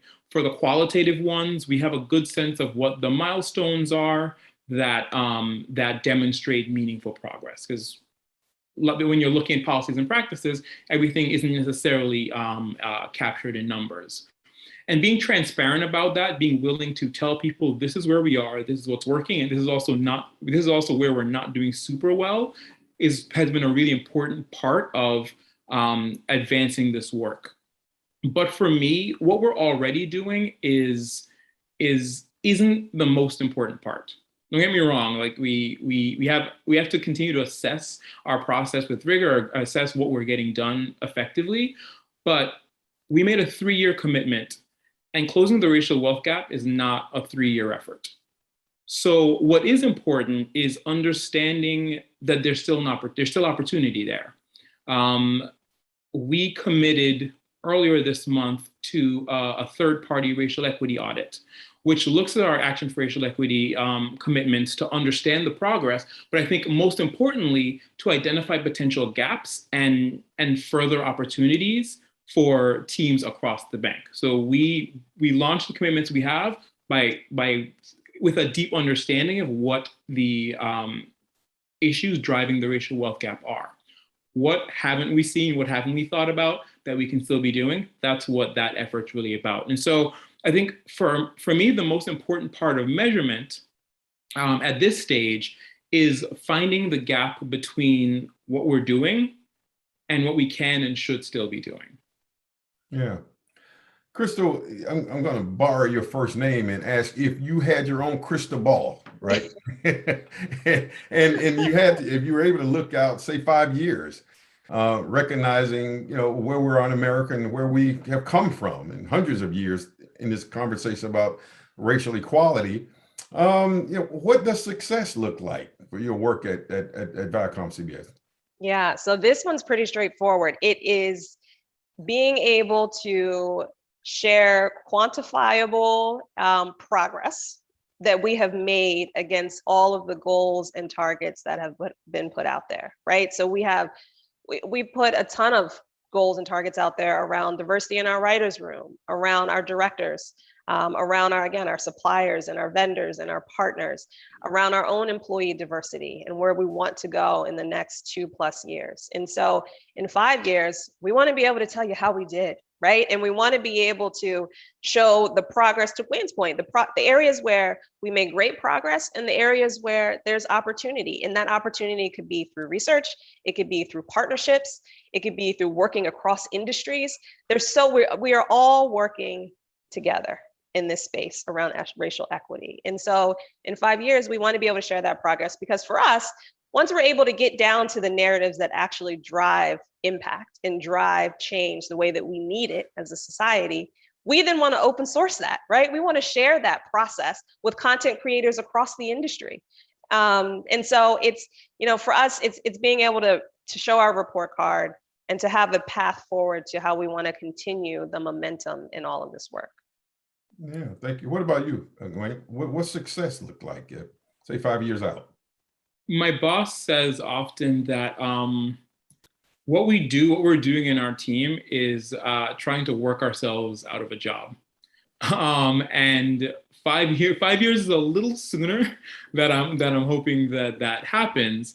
But the general idea that city will ultimately not need a unit that's focused on how we show up in communities, because that's part of every team and everything that we do every day.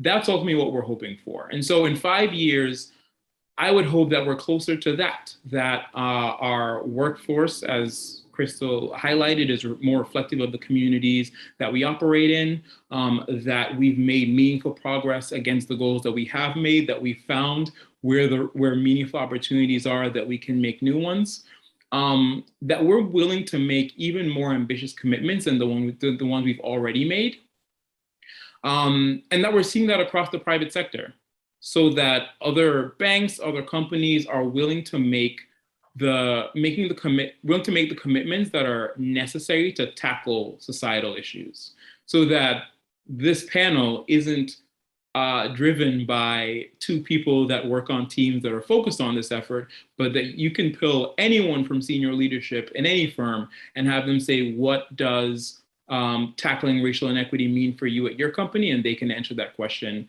with ease. Yeah. You know, I want to end with to commend you for the incredible work that you're doing. And one of the things that we see across the country is that the private sector really is leaning in and leading on addressing these issues of inequality in our country, and from many different perspectives. But I want to ask Crystal, and you and both Gwen, I guess a bit more of a rhetorical question, and that is, this is not easy work. It's very difficult. But on a very positive note, Crystal, what keeps you going? What inspires you about continuing this work at Viacom CBS? Or what do you do to have fun? I mean, I think you got to celebrate the small hits and wins and successes, to your point, along this journey, along this road to equality. So just curious about what inspires you. What do you do for fun? What keeps you in the game?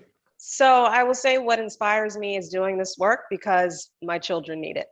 That's what inspires me, right? It's, to Gwen's point, we want to work ourselves to a point where this work is no longer needed when they enter into the workforce, or it looks a little different and the goals are a little bit more aggressive, and we're solving for different issues. And so we truly are, I believe, at an inflection point, and we have the opportunity to create sustainable change. It doesn't have to be hard, but we have to focus on it, and we have to hold our companies accountable, and we have to hold each other accountable, both with folks that are in these roles, and to Wayne's point, to folks that are not specifically charged with doing this every single day. It is our collective journey to be on. And so I think we can get there. I think we can get there in my lifetime, but I'm working to get there for sure in the lifetime of my children.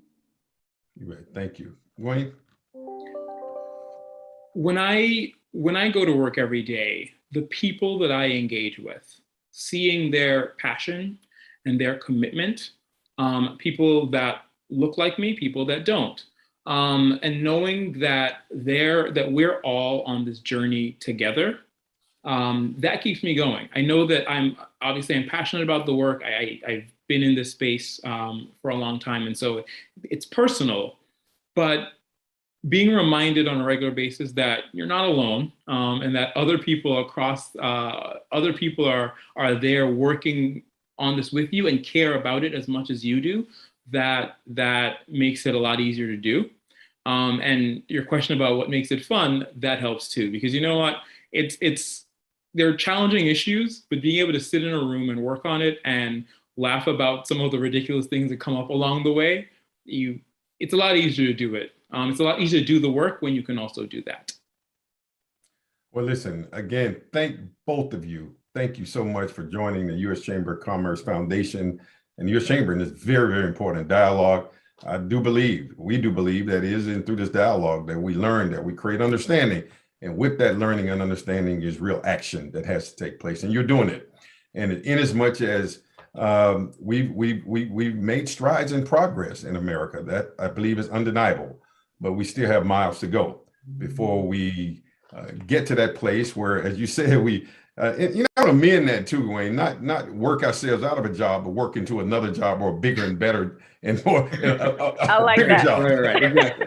But much better. but we are making progress. You know, strides we made, but miles to go to ensure that every person in America, as we always say, has an opportunity to realize his or her own American dream. Thanks to both of you for joining us in this panel. Thank you. Thank you. Thanks, Rick.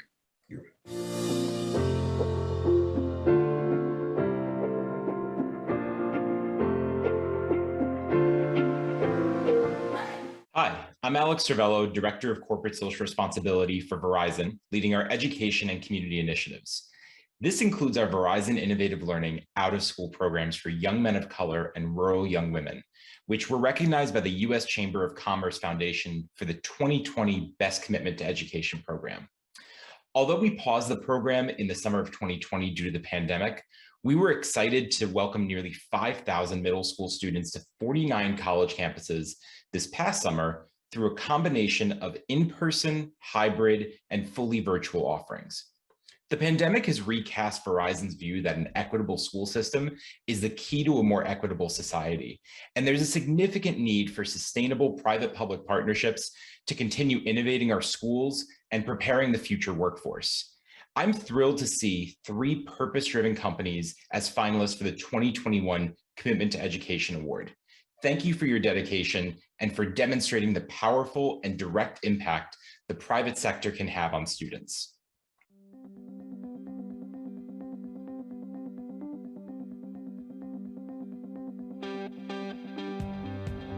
The finalists for the 2021 Best Commitment to Education Program Award are Chicago Fire Football Club. Chicago Fire Football Club embraced the opportunity to impact lives of underserved youth through enriching programming across Chicago public schools. In 2013, the Chicago Fire Foundation established the PLAYS program, designed to enhance academic performance and development of social and emotional learning skills of students through a sports-based curriculum. PLAYS currently serves 1,000 boys and girls, of which 98% are of color, and nearly 95% are classified as low income. To date, 94% of participants believe PLAYS has helped them do their best in school. MasterCard. Girls for Tech is MasterCard's signature science, technology, engineering, and math curriculum for girls ages 8 to 16. Since its launch in 2014, Girls for Tech has leveraged the company's employee expertise in payment technologies and cybersecurity to inspire girls around the world to become the tech leaders of tomorrow. Across 44 countries, over 6,000 MasterCard mentors have shown 1.6 million girls how their unique skills and strengths can lead them to any number of exciting STEM careers. In its 7 years, the Girls for Tech's global team has welcomed former participants as interns at MasterCard and created the world's largest STEM program for girls. Raytheon Technologies. To accelerate gender, racial, and ethnic diversity among future technologists, Raytheon Technologies has made new and far-reaching investments in NAF, an organization increasing the number of underrepresented groups in STEM fields. Reaching 120,000 students across the U.S., Raytheon Technologies' work with NAF ensures access and connections to education, mentors, industry leaders, and work experience programs that transform passions into careers.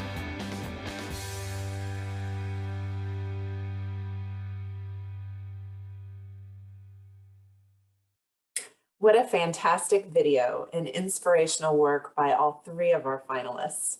Congratulations to Chicago Fire Football Club, MasterCard, and Raytheon Technologies for making it this far. My name is Cheryl Oldham, and I'm the Senior Vice President of the U.S. Chamber of Commerce Foundation, and I have the pleasure of overseeing the work of our Center for Education and Workforce. And in that work, we see every day the challenges our country is facing to ensure every child, regardless of background or economic circumstances, has access to a rigorous, quality education. And we all know education is opportunity, opening the door to go anywhere and be anything. All three of these companies are changing lives, and we're thrilled to be able to share their stories. Wouldn't it be great if there were a three-way tie? But I don't think that's how this works. So without further ado, let's find out this year's winner of the Citizen.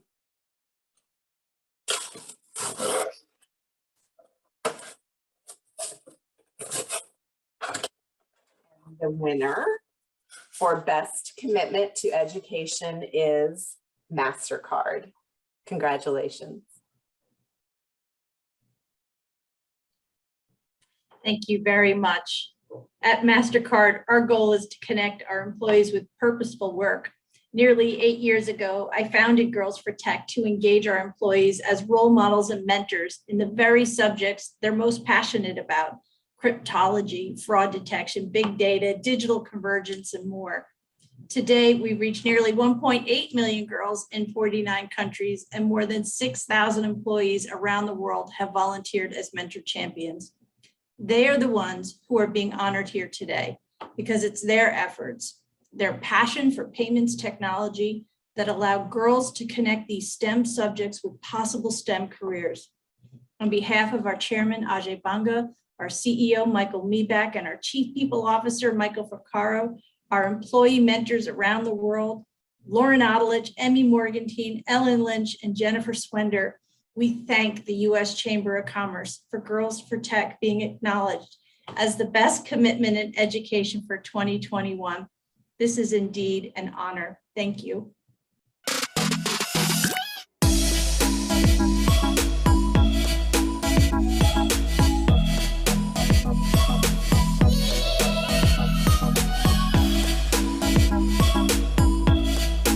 Hi, everyone, and welcome to the U.S. Chamber of Commerce Foundation's annual conference and this session on education systems and the unbelievable challenges that education systems have after the country has been upended by the pandemic, by racial inequities, and how education has shifted from a local environment in their schools to an asynchronous environment in a lot of cases.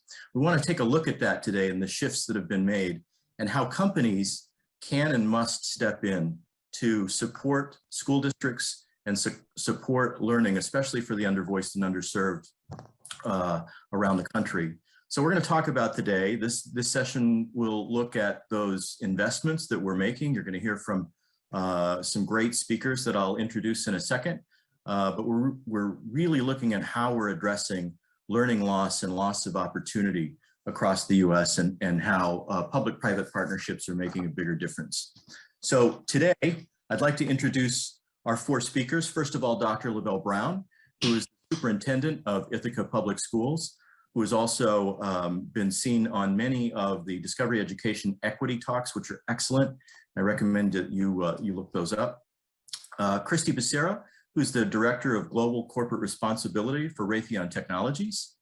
Asha Verghese, who's President of the Caterpillar Foundation, and myself, I'm the Global Leader for Social Impact and Community Impact at DuPont in Wilmington, Delaware. So thank you everybody for joining. I'm happy to see you all here.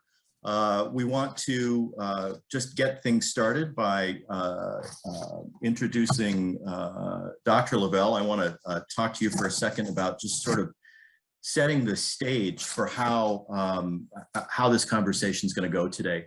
You are truly on the front lines of working with students every day and teachers every day. And we know it's been an incredibly challenging time. So from an educator's perspective, I'd love to just have you sort of frame what is critical for companies to make investments in local communities and addressing learning and opportunity loss. Give us the big picture. Sure. No, thank you for the opportunity. And yes, I am spending a lot of time with young people and the adults in our schools each day.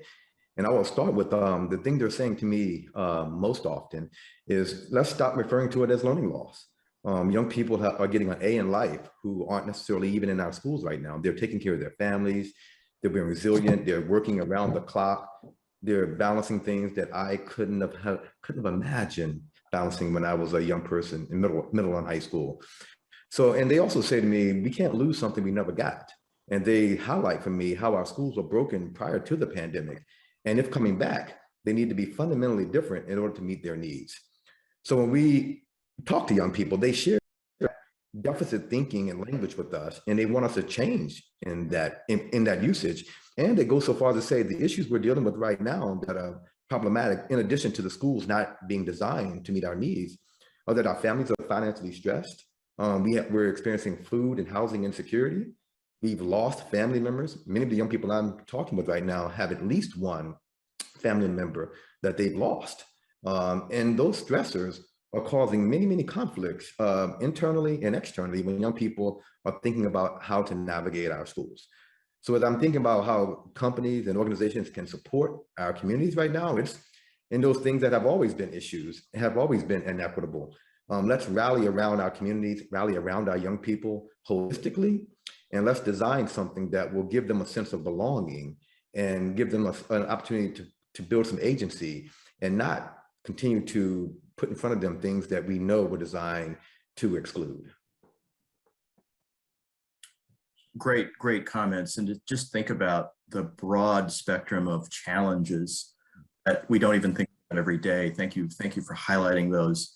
Do you think that, you know, in addition to the pandemic, we've got lots of concerns about race and equity and what's being taught in schools. And do you think that efforts to improve equity in America are accelerating due to the impact of the pandemic and the conversations about race? And how is that affecting how you think about education and how the private sector can become more engaged?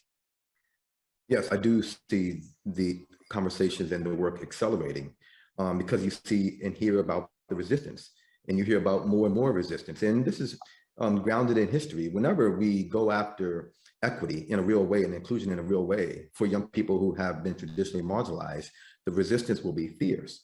And folks will come for the leadership. They will go after the standards. They will go after language and the language we use, which matters to young people and folks in our schools. They will go after even us, the language we're using. You hear it, equity, diversity, critical race theory, culturally responsive teaching. Those are words that people are telling us we can't use anymore. So yeah, I see things accelerating outside after the pandemic because we have highlighted these real issues, and resistance now is getting louder and more fierce as we seek to engage all of our young people and build a system that will meet everyone's needs. Christy and Asha, I'd like to ask each of you why how that resonates with you and why your organizations, Raytheon Technologies and the Caterpillar Foundation respectively, are making investments in education, helping to address these issues, and what are those commitments? So Christy, do you want to start? Sure. You know, at Raytheon Technologies, we're heavily invested in STEM education for reasons that I think are very similar to Caterpillar and many of those on the call. Last year, at the height of the pandemic, around April 2020, Raytheon Company and United Technologies merged to create one of the largest aerospace and defense companies in the world. And what that means is we've got 180,000 employees, 60,000 of those are engineers, and that's expected to grow. So the projected skills gap in that area puts companies like us in critical need for future technologists, future engineers. And what is even more critical is the racial gap that we see in those careers, with 11% of jobs in science and engineering being held by Black, Latinx, and Native American professionals. So, you know, with an eye on equitable access to quality STEM education and career readiness, this year at our 1-year anniversary of being a new company, we announced our CSR initiative called Connect Up. So this is a $500 million investment over the next 10 years to really it's an effort to bring transformational, generational change in this area. So what does that mean? It's meant redesigning partnerships that we have with organizations like Boys and Girls Club of America, NAF, Girls Who Code, FIRST, and then creating new partnerships with organizations like SMASH to really create, like Dr. Brown was talking about, that ecosystem of support from elementary education all the way through early career. That's a tall order, and we think that a company like ours is uniquely positioned to bring this work at scale, both because of our geographic disbursement and the number of employees, quite frankly, that we have all over the country and the world that can support our communities. So how does that work in practice? We're trying to think about bringing our national and global partnerships really local. An example of that is our partnership with NAF, where we have a national partnership, but we've asked them to focus on key geographies where we can implement academies of engineering in public high schools in areas like Hartford, Dallas, Puerto Rico, DC, where students will get our support with curriculum development, mentorship, internships, work experience. So bringing that that national global lens, trying to get that down to a local level where we can see real change. We are also doing that with an organization called SMASH, where through Boys and Girls Clubs, Girls Who Code, all these organizations I mentioned, we're reaching hundreds of thousands of students from historically underrepresented groups in STEM. That's scale, right? That's us bringing things to scale. But how do we bring them in-depth programming that helps them persist well past some exposure to a STEM concept? And with SMASH, what we've been doing is identifying around 400 students annually we'll be working with from those signature partners I mentioned, who are the highest potential students of color from those partnerships. And we're bringing them through a program that starts at their freshman year of high school all the way to career.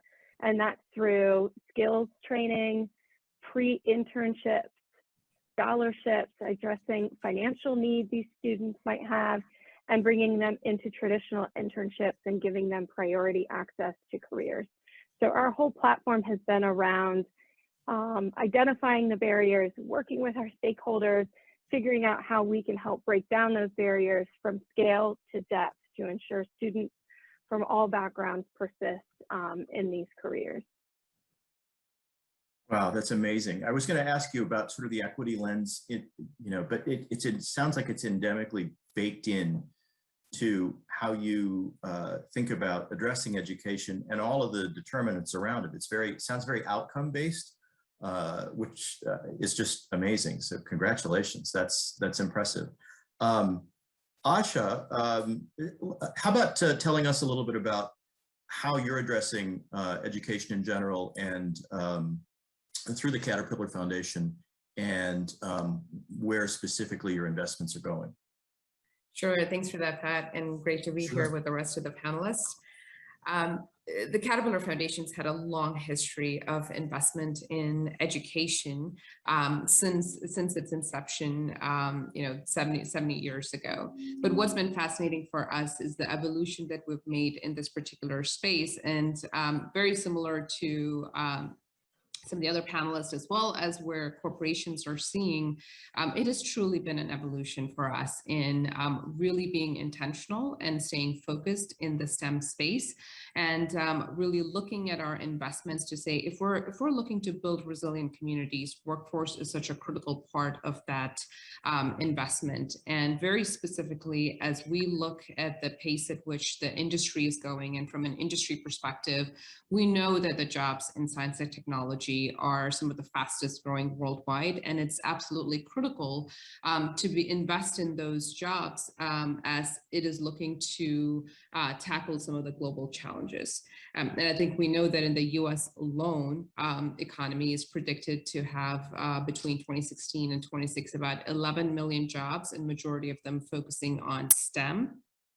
And very specifically, we're also seeing that the job growth is definitely outpacing the skills development or the workforce pipeline that we have. And when we look specifically at diversity and young women, we're starting to see a loss of interest in the STEM space. So all of that absolutely equates to the private sector, and also collaborations with other sectors, public-private or private-private. It's an obligation for us to really be able to take on a leadership role and in this momentum of building the future doers. So with all that in the background, it goes without saying that the foundation, Caterpillar Foundation, specifically focuses on STEM education, whether that's our partnerships at the global scale with entities like the UN Girl Up program or the Discovery Ed STEM Career Coalition, really being able to focus on programs that work at the local level in understanding the dynamics and the challenges that we face, but also figuring out, how do you sustain some of those programs and then be able to scale that through collaborative partnerships, through leveraging, by leveraging technology, and to really be able to scale some of that way we can reach a much bigger audience than what we're able to do today. So that's really the journey that we're on at the foundation, in looking at not just looking beyond curriculums, and to really be able to build wraparound services that focuses on STEM education, and to be able to bring communities together with all those resources and tools. That's amazing. A lot of work there, obviously, and well thought through from that sort of wraparound perspective of, to the point of Dr. Brown early about how many different challenges there are that are secondary to the direct impact of COVID and the pandemic.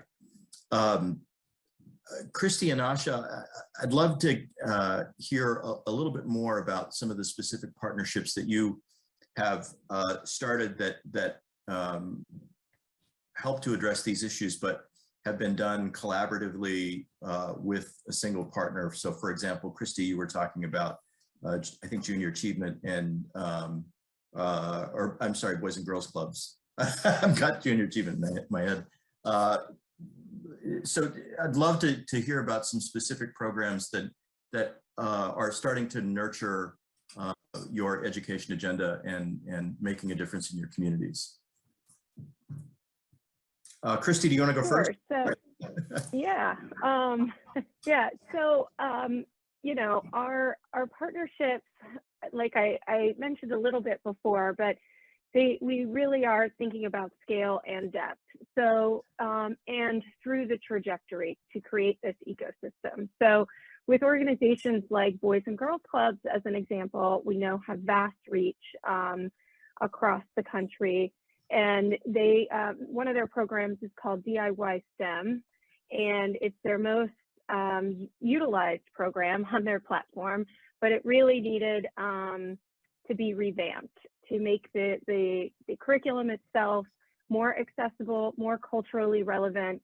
And so we've partnered with them, made a significant investment to ensure that the curriculum is aligned with the jobs we see of the future. It's culturally relevant and exciting for kids that are age 9 to 11. So we're talking about younger kids here, to really start to hook that interest early. That's with Girls Who Code as well, third graders, helping them expand clubs in our key geographies. Invention Convention, getting kindergartners to think about innovating and solving problems in their backyard. So we're trying to do that at a young level, but really digging our heels in as they get a bit older and trying to make sure that persistence happens, trying to make sure they don't lose the interest and they feel supported, they've got a mentor. And so we're really activating our employees across programs that we can work with SMASH, we can work with NAF to assign one-to-one mentorship and keep these students engaged, develop programs that are more long-term investments in an individual student where they feel like they've got role models, they've got financial assistance, they've got quality education, they've built a community that helps them feel supported. And we really are driving our programming to create this ecosystem. And we know we can't do it alone. So While our programs, we hope, make a big difference, it's others like Asha and Caterpillar Foundation and Bell and the school district, how they're actually kind of joining the movement alongside other corporations like ours to make change. These kids, like Dr. Brown said, they needed this program and this access well beyond COVID-19, well before that, and we'll continue to need that. And we need to step up as companies embedded in their communities to fill those gaps for those students and really create access that can make meaningful change in their lives. That's great. And, as I think about, Asha, what you said about some of these global organizations like Girl Up and others, that's a sort of a take at scale to do some of this work. Can you tell us a little bit more about the connection of Girl Up into your STEM education strategy? Sure, no, absolutely. And I'd love to talk about also Discovery Ed that Pat, you had mentioned earlier in the STEM Career Coalition. One of the things that what COVID has really taught us is that education just doesn't happen in the classrooms anymore. So how do we evolve ourselves?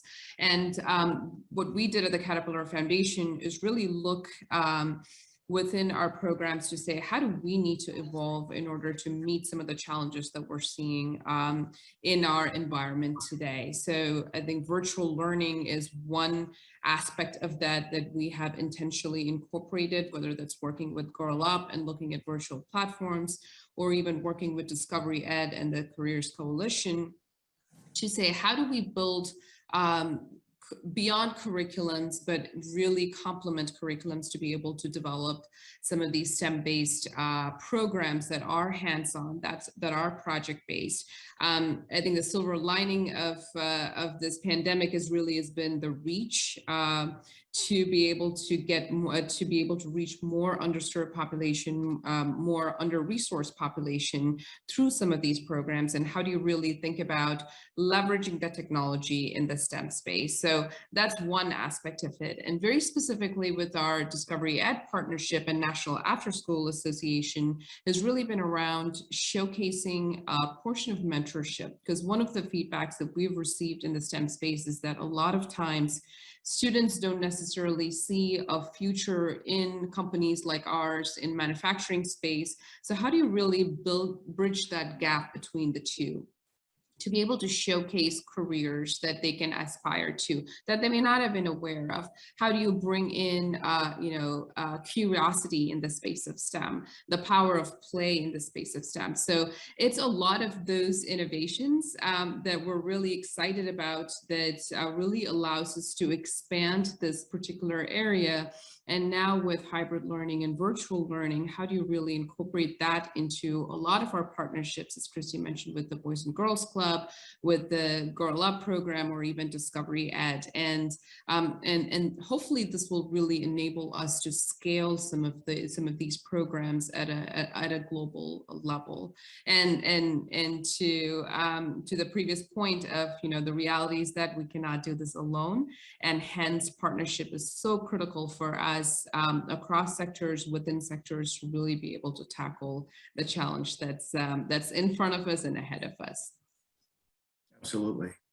Dr. Brown, as you've listened to these two great organizations, thinking about all of the different tools and talent that they can bring to the table to address these issues, I'm realizing it's not just the dollars that matter, right? It's not just the foundation dollars. It's not just the corporate dollars. It's the people, it's the mentoring, it's all of the different pieces that companies can bring to the table. And, as I think about STEM education, for example, it's not just education, it's all of the wraparound services and the after-school care and those kinds of things that are required. Can you give us some perspective on how important that is, and the sort of ecosystem around a student to not just keep them engaged in school, but keep them in school? Yeah, no, thank you. It's a sense of belonging. Our young people are very clear with us use our schools to help us develop a sense of belonging, not only in the school, but in our communities. And what I'm hearing today and what I'm asking is that we think about, as Asha said, we think about our workforce, we think about how we market, we think about helping our young people see themselves in a space in the school and outside of the school. So yeah, I'm hoping we can wrap around young people to have them feel included, to address the microaggressions and the explicit and unconscious bias that they must navigate each and every day. We have all the right kids. It's just that our systems and our biases are getting in the way. Understood.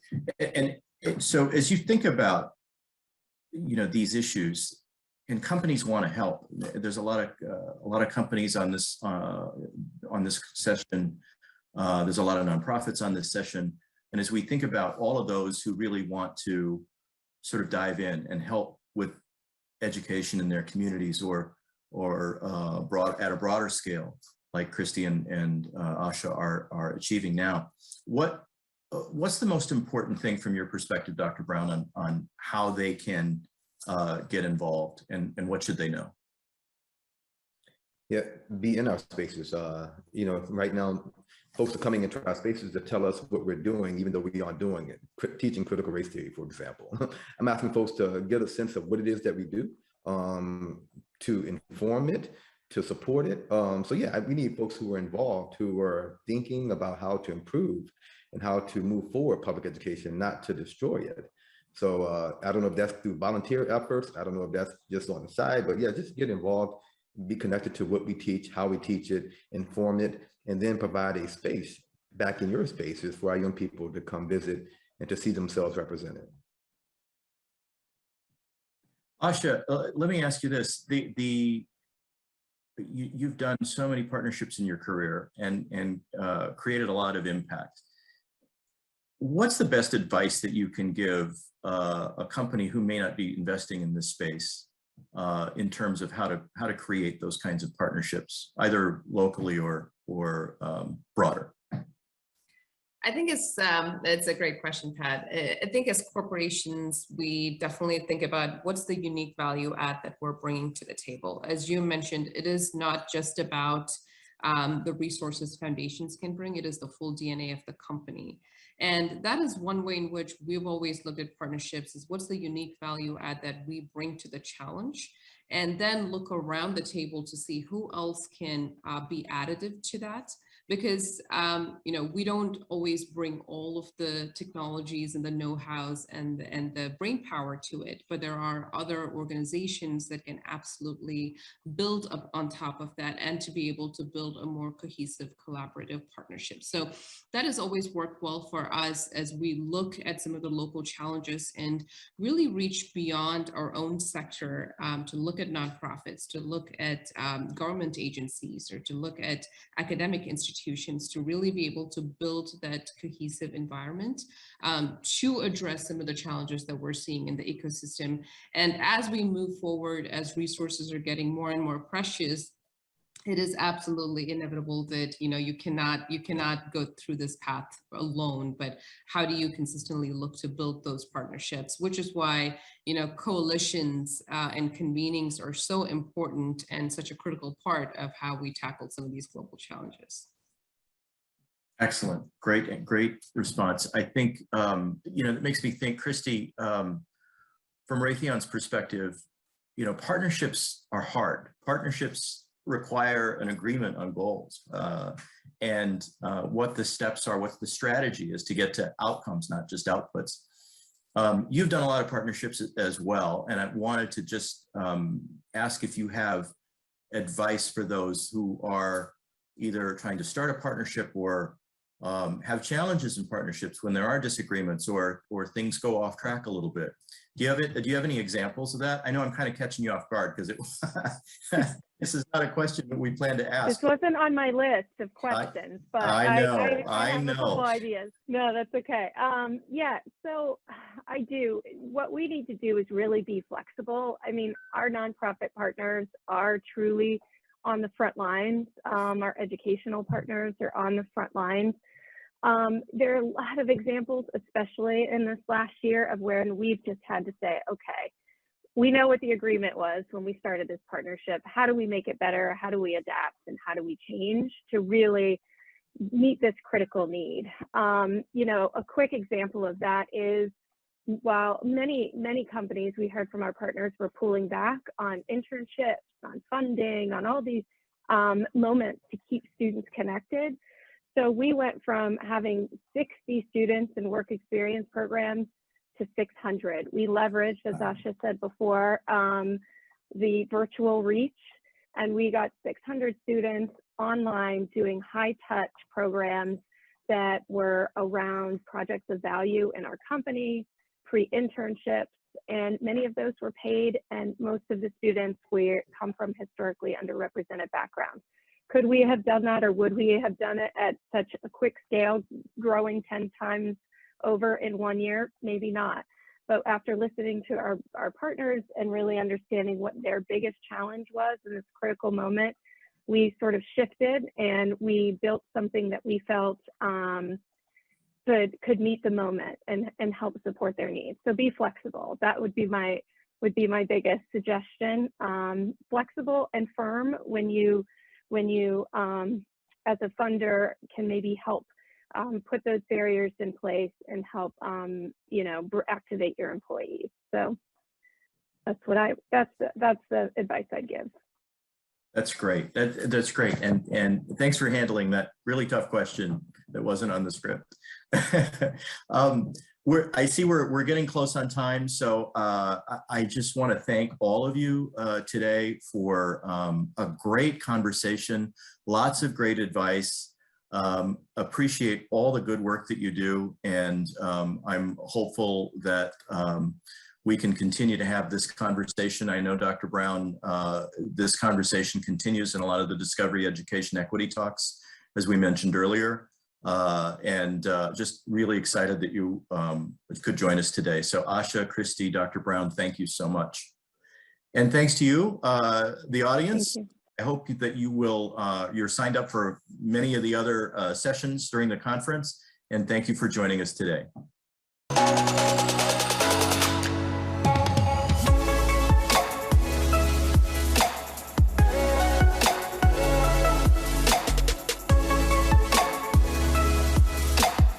Well, hello, everyone. Thank you for joining us today for the U.S. Chamber of Commerce Foundation event. And I want to thank the Foundation for hosting this important convening. We're hoping that today's conversation will spark some dialogue and hopefully some fresh thinking among those of you who are gathered here about the workplace itself. And what we're going to be discussing today is a critical question that's become, in some sense, even more critical because of the pandemic, which is how can workplaces, particularly in small and medium-sized businesses, create the conditions and cultures for their people to thrive, recognizing that thriving contributes to productivity, to retention, to all the things that we want in a workplace. Now, I've invited two very exciting and accomplished leaders to be with us today to talk a bit about their own experiences in prioritizing mental health at their companies to help spark this dialogue. And we did this in particular because mental health is just at the center of many people's concerns, especially after the pandemic.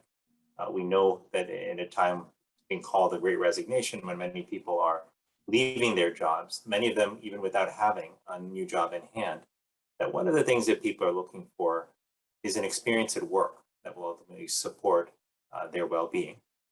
And we're going to talk a little bit more about why that is, what that looks like, and what a workplace can do, actually create the settings that enable a workplace to be an engine of mental health and well-being. So the two individuals I'm grateful to have with me today are Andy Katz-Mayfield, the co-founder and CEO of Harry's, and which is, as many of you know, a subscription shaving supplies company. And I'm also grateful to have Andre Blackman, who is the CEO of Onboard Health, a specialized executive search and talent advisory firm, which is dedicated to building a more equitable health future. And my hope is that at the end of this conversation, you'll be able to walk away feeling ready to take the first step in cultivating greater mental health and overall well-being within your workforce. So with that, welcome, Andre and Andy. Thank you so much for joining us in this conversation today. Thanks for having me. Thank you for having us. Now, the first question I want to pose to you is this. Both of you are leaders who I think have been ahead of the curve in seeing mental health as a key part of your organization.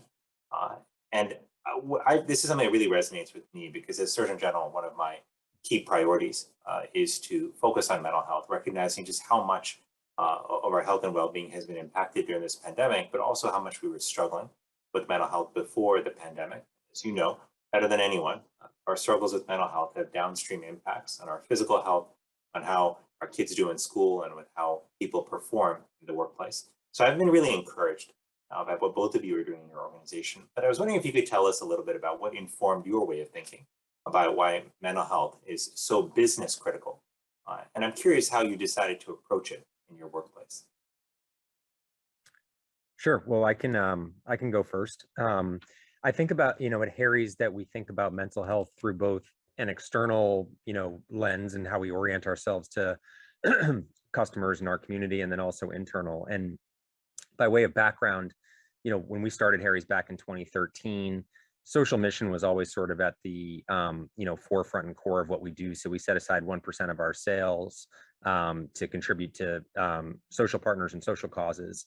And around 2018, so about 5 years into our company's journey, we decided to focus all of those efforts really on mental health and specifically providing men with better access to mental health care, working with organizations in that space, and particularly organizations who are focused on the most at-risk communities like veterans, LGBTQ, Black youth, homeless, et cetera. And we've donated $6 million to our nonprofit partners, helped over 850,000 men access mental health, and our goal is to get that number up to 1.5 million by 2024. So we have this, I'd say, strong external orientation, and our current big initiative is called Open Minds, where we have a $5 million grant that's going to be awarded to a nonprofit in early 2022, with the idea of changing the state of mental health in the U.S. And as we were evolving our social mission to be really exclusively focused on mental health care, I think it actually caused us to look internally as a company and say, well, look, if we're going to be trying to sort of move the needle externally and take this progressive view on mental health externally, we better make sure that we're making those same efforts internally. And we've decided to, there's a whole host of things that we do. We can get into more detail there, but as an example, we provide employees access to sort of well-being programs, a quarterly stipend around that. We have company-wide mental health days. We encourage folks to take days off to volunteer with a nonprofit of their choice. And so try to put policies and practices in place internally as well that reflect that sort of orientation towards mental health as a key company priority.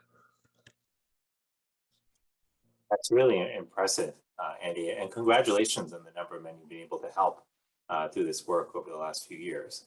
Andre, let me turn to you for a second. Can you tell us a little bit about your journey here? What convinced you that this was an important area to invest in mental health when it came to the workplace? Absolutely. So my entire career has really been, involved in public health and healthcare. And for me, early on in my career, one of the things that I really noticed, right, and for those of us who've been in public health, know the stresses and how strenuous the work can be, to build inside of communities. And one of the things that I noticed, not only affecting the actual, work performance, but one of the things that really stood out to me is that, when poor mental health starts creeping in and, the work starts affecting, at that level, one of the things I started seeing from my colleagues is, them asking themselves, how valuable am I? How much is this working? Right. And that really kind of hit me hard, right? Because not only is it from the work perspective hard, but also when you're starting to internalize, and start to question your value and your effectiveness, that really kind of stood out to me. And that's always kind of carried on in my career. But also, more recently, after the George Floyd murder last year, the kind of trial and the kind of outcry that happened, as a Black man in America, this has always been something I've been thinking about, right? That's always kind of a low grade kind of concern and awareness, but something was different last year. And so for me, I started to feel my own mental health in jeopardy. And that's when I started thinking about the perspective around leadership and how important mental health was from a leadership perspective inside of companies, not only for that individual and for the group of leaders, but also how that trickles down into the organization. And this is something that oftentimes comes up, with the work that we're doing around search and talent and how we, are stressing to our partners, how important it is to create a safe environment for employees to be there. So that's a little bit about my journey and just kind of being steeped in this space for so long, and now really understanding it from the internal, but also what we're doing at Onboard Health from an external perspective with our partners as well. I'm curious to ask both of you, and I can completely understand how, Andre, as you were saying, external events, especially recent events, have really shifted like people's thinking about it, whether it's the reckoning that's, ongoing over racial injustice, or whether it's the pandemic itself or other economic realities that have changed. It does seem like for millions of people around our country that they're asking questions in a deeper way that they perhaps weren't asking before. Like what is, and their search for meaning and purpose is perhaps for many people even further deepened. But I think they're asking questions not just about the workplace, but about life more broadly. Like, am I living in the right place? Am I spending enough time with my family and friends? Am I investing enough in my own health and well-being? Am I doing what's truly fulfilling to me now, recognizing that many people have a heightened sense of the mortality after going through a pandemic that has claimed 750,000 lives. So this sort of taking stock, if you will, of where we are is not unusual given everything we have been through. But I do think it's making people ask new questions. And I'm curious if what you're seeing among the people that you care for, among the the workers that you interact with, have conversations with, like what are you sensing about what they are looking for and what their needs are and how those are evolving? Yeah, I mean, I know from my lens, and just kind of being steeped in the mental and behavioral health space and innovation space for a long time, even with our with our staff and our team, one of the things that really just kind of stands out is the safe space to show up as themselves. And this is something that I've kind of taken from my own kind of career journey over the years as well. Life has changed, right? The past 18 months has completely shifted not only how we work, but how we see ourselves. And like you mentioned, how we value the time that we have here. And so for me, that's really affected us, with our small and growing team, to really allow people to show up as themselves, right? Being able to be very specific around, creating platforms for people not only to talk about the work that they're doing, but what else is going on in their community, in their lives, what help is needed, right? What kind of wins are happening, right?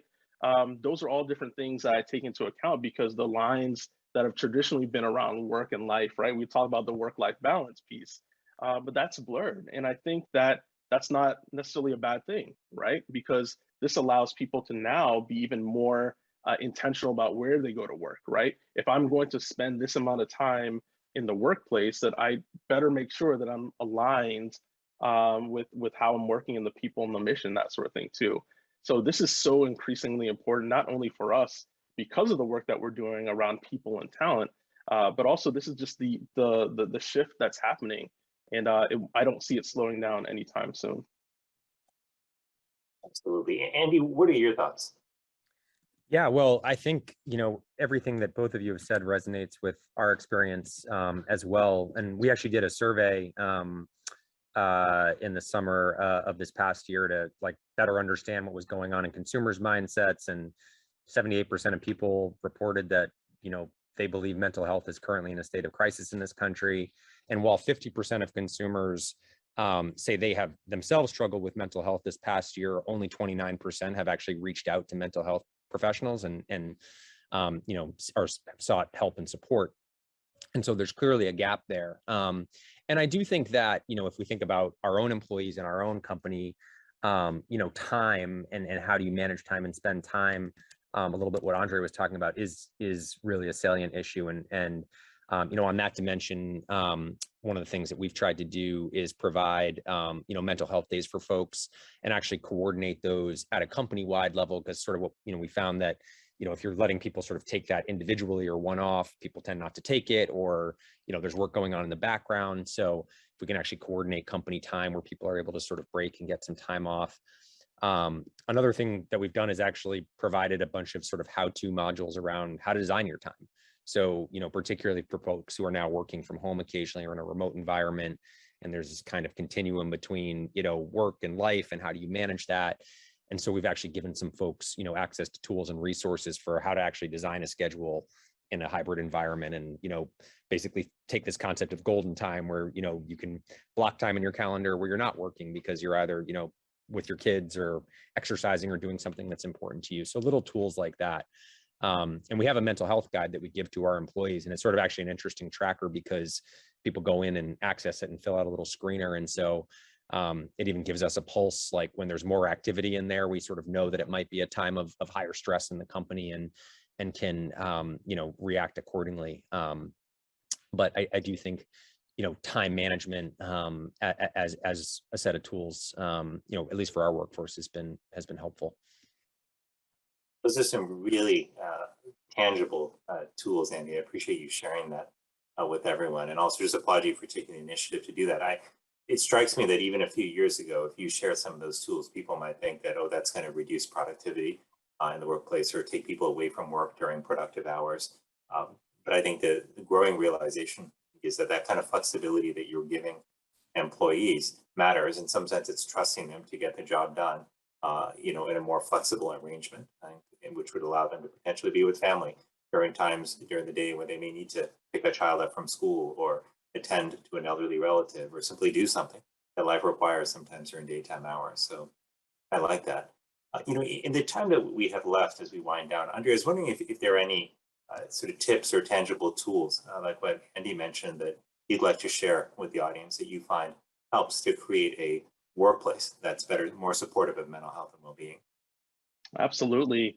Especially over the past several months, one of the things that just really bubbles to the surface for me, as a leader, as we're thinking about businesses and organizations, is make it your personal mission, right? To infuse mental health into how you show up and how you build across the company. I feel like, being able to tie mental health to your why, right? Especially if you're a mission-driven organization, that helps to set your North Star on how you treat people, how you want people to show up, and how people can be taken care of, in your workplace. And so I think also, when you make it your why and tie it to your making it a personal mission, it really kind of, allows you to start, learning more, right? Seeing what else is out there, right? The mental health first aid kind of, program that helps to bring in, actual expert, kind of curriculum to understand how to best learn.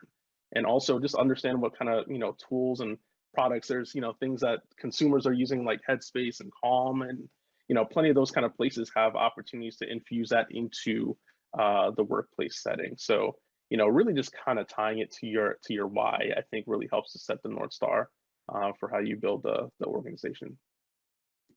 Well, that makes a great deal of sense, Andre. And Andy, I want to thank both of you for what you shared today. Just in wrapping this up, a couple of thoughts just to stick out. One is that if you're out there looking to see, is it possible to make the workplace an engine of mental health and well-being?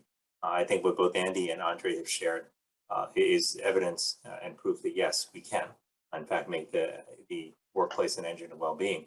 I think there are a couple of important considerations for us to keep in mind as we go about this. One is that it's always helpful to start with listening and understanding what our employees are thinking, how they're feeling, what they need. I think the second is to recognize that culture change is so much more important sometimes than policy change, and shifting how we think about, talk about mental health in the workplace is so important. This is where leadership by example makes such a difference, especially given the stigma, unfortunately, still have around mental health and well-being. And the third is just when it comes to the kind of policies and structures we put in place, I think people are looking for more during this time than a bigger paycheck. So often in poll after poll, when people are asked, what are you looking for? Why did you quit your job? They come back to things like this: purpose. They're looking for a greater sense of purpose and meaning in their work. They talk about belonging, the fact that the connections they have with other people in the workplace, the community that's built actually means a lot and makes a huge difference. They talk about flexibility, not because they want to work less, but because they want to work better and be able to support their family, pursue the priorities that they have in some ways been reawakened to during this great pandemic, be able to do that and their job at the same time. So all of these elements that we've talked about today, I think, are not only an important part of creating a healthy workplace, they're eminently doable. It's not a journey that takes place overnight, but it's what one worth embarking on, because if workers are happy and healthier, mentally and physically, Not only do they do more for the workplace, not only does that contribute to productivity and retention, but it helps lift up society overall, recognizing that positive mental health in the workplace spills over to the family, to the community, and it's part of what we really need more than ever right now. So Andy, Andre, thank you so much for joining us. Really appreciate your leadership and your sharing some of those stories with us today. Thanks so much. Thanks for having us. Thank you.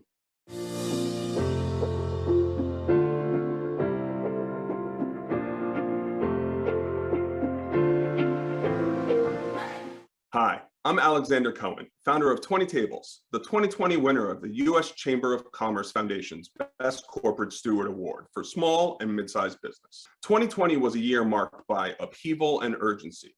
The onset of COVID caused the upheaval of long-standing professional and social norms and practices, as well as an urgency and an opportunity for corporations to create a path forward to persevere and potentially prosper.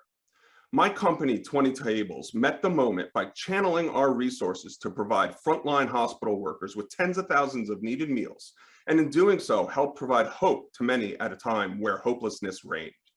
Today's Chamber Award nominees, too, have embraced this moment and embraced the current of change, energizing a movement towards caring and a much needed corporate responsibility. So without further ado, let's meet this year's nominees for Best Corporate Steward Award for small and mid-sized business.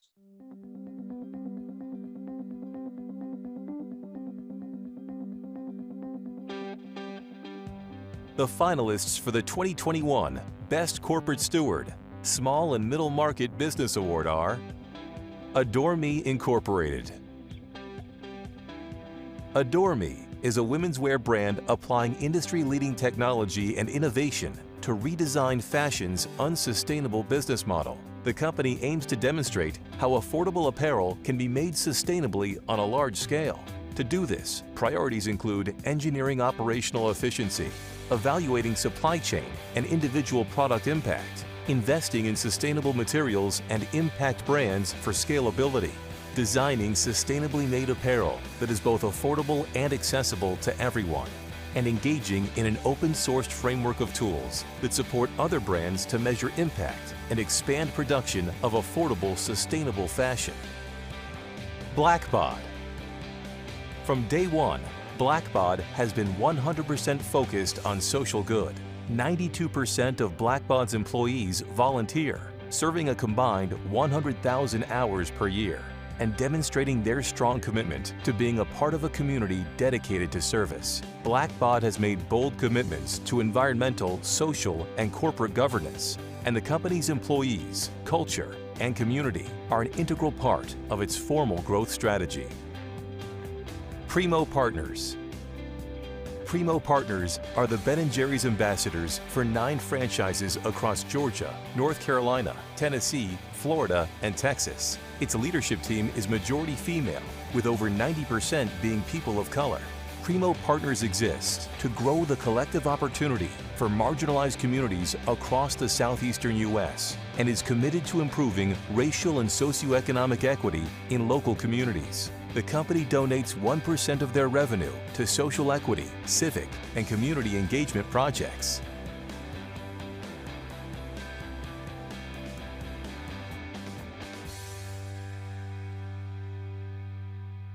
Wow, what incredible work from all of the finalists. My name is Natalie Masri, and I helped to create the program for this year's annual Corporate Citizenship Conference. I really hope that you have been enjoying it. We have 3 really remarkable businesses that are being recognized in the category of Best Corporate Steward, Small and Middle Market Business. The finalists are Adore Me, Primo Partners, and Blackbaud. Hats off to all of them for their hard work and for this recognition. It's now my pleasure to announce the 2021 winner. Blackbaud, congratulations. Thank you so much. What an incredible honor. It is truly a wonderful moment to be recognized by the U.S. Chamber Foundation in this community of companies who care so much about citizenship. And that word citizen is so important to me because it carries with it a certain set of rights and responsibilities. And in this community, we all take those responsibilities seriously. So Blackwood exists at its very core to support good work through individuals lifting up causes they care about, to nonprofits, or companies helping their people be agents of good. We call all of that together a community that's the ecosystem of good. This ecosystem and the generosity that it encourages every day is something that comes to life through our people. That's where we see it, first and foremost, through their work as professionals and the causes that they work with, and also what they do through individual action to help make the world better. We're also super proud to play our part in the ecosystem of good through our ESG efforts. And although we're not a big company and we know the journey is long, we are really committed to it. And we know that we want to keep ESG central to who we are every day. So thank you so much for this honor. We will honor it back by staying focused on doing even more good.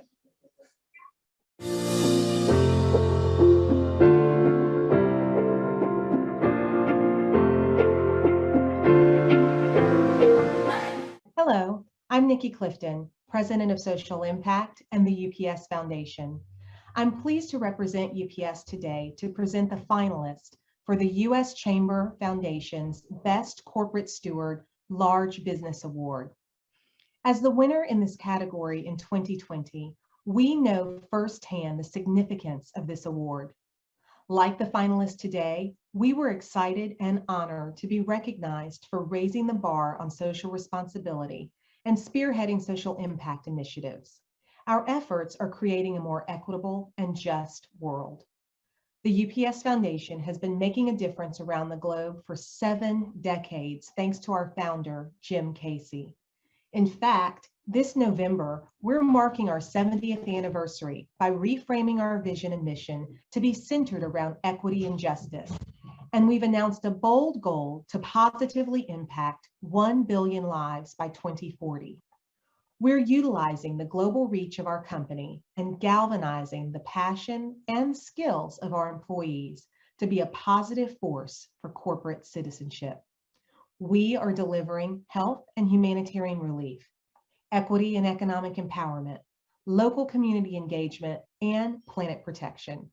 Just like this year's finalists, the UPS Foundation continues to create shared value by aligning corporate citizenship with business strategy and the passion of our people. Together, we're moving our world forward by delivering what matters. And now it's my distinct pleasure to deliver something else that matters, well-deserved recognition. It's time to review this year's amazing finalists that have shown astounding resilience, innovation, and stewardship throughout the year. Let's roll the video to learn more about the honorees.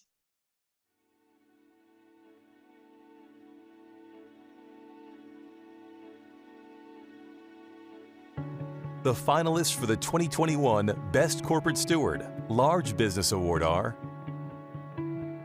Aflac Incorporated. Aflac remains committed to the mantra that doing good is good business, and the company's strategic investments in diversity, equity, and inclusion reflect that, from contributing over $155 million to support pediatric cancer, to implementing sustainable practices and prioritizing DE&I in the workplace. Driving positive change in communities is ingrained in Aflac's company culture. Citi. Citi believes there is real economic value in solving social problems.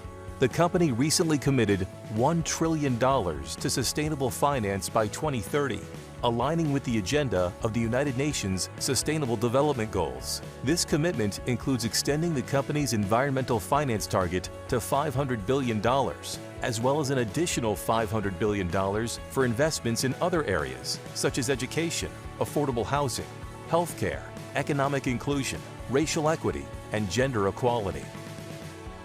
DSM. DSM believes an organization must be committed to being an ambassador of change. They are dedicated to improving operations, such as reaching 100% renewable electricity at their North American sites by the end of 2021. supplying its 23,000 employees worldwide with immunity-boosting vitamins during the COVID-19 pandemic, and creating a fully inclusive workplace, enabling success of customers with innovative solutions, such as its feed additive Bovaer, which significantly reduces methane emissions of ruminants, and advocating for social and environmental justice policies to help bring about systemic change. Rocket Companies. Rocket Companies is a Detroit-based holding company consisting of financial services businesses that use technology to make some of life's most complicated transactions easier. Since 2010, Rocket Companies and its associated sister companies have contributed more than $200 million to philanthropic efforts, and their team members have spent more than 816,000 hours volunteering nationwide.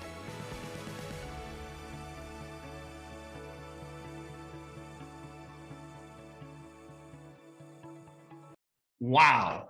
Thank you, Nikki, for introducing this category. These companies, all four of them, have really taken corporate citizenship to a new level. It's so inspiring how they've integrated social impact across their business and found a higher purpose. Let's now go find out who's going to take home our biggest award of the year.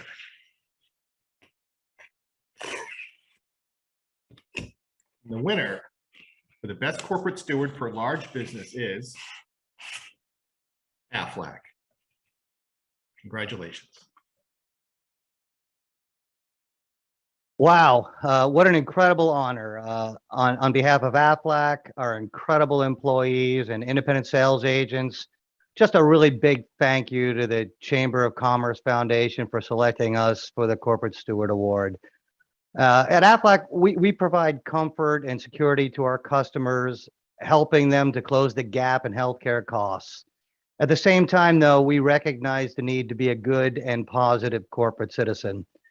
Since 1995, we've contributed more than $155 million to our primary philanthropic cause, childhood cancer. But in 2018, we introduced this little guy, My Special Aflac Duck.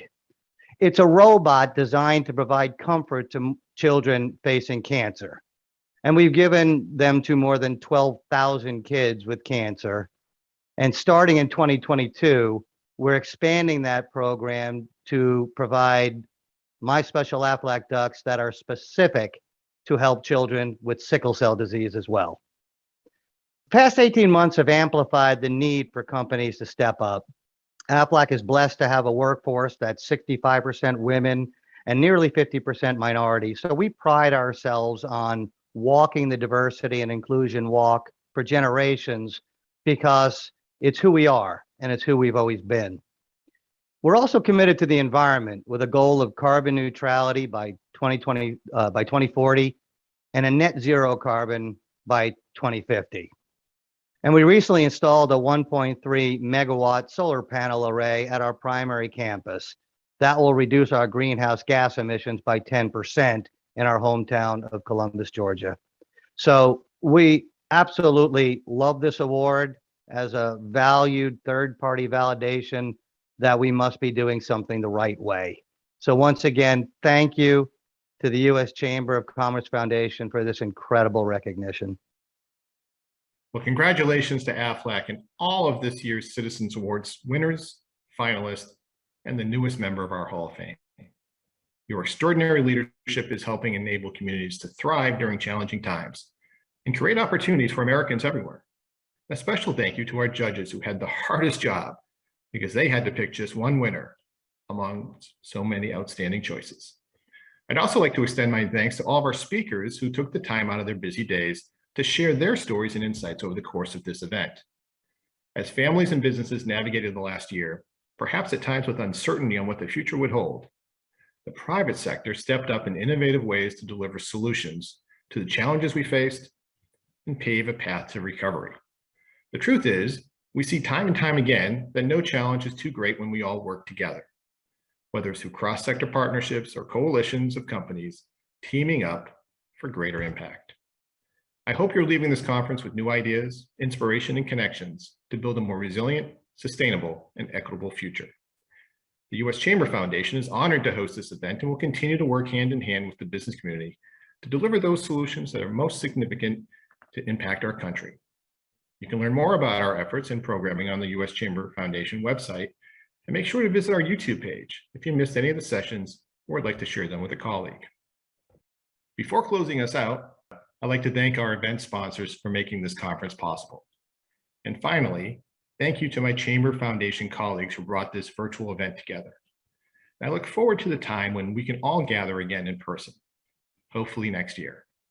And thanks to all of you, the attendees, for your great participation.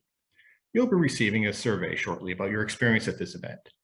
Your feedback helps inform future programs, and we so appreciate you taking the time to complete it. We look forward to seeing you again soon, and I wish you all safe and healthy days ahead. Goodbye.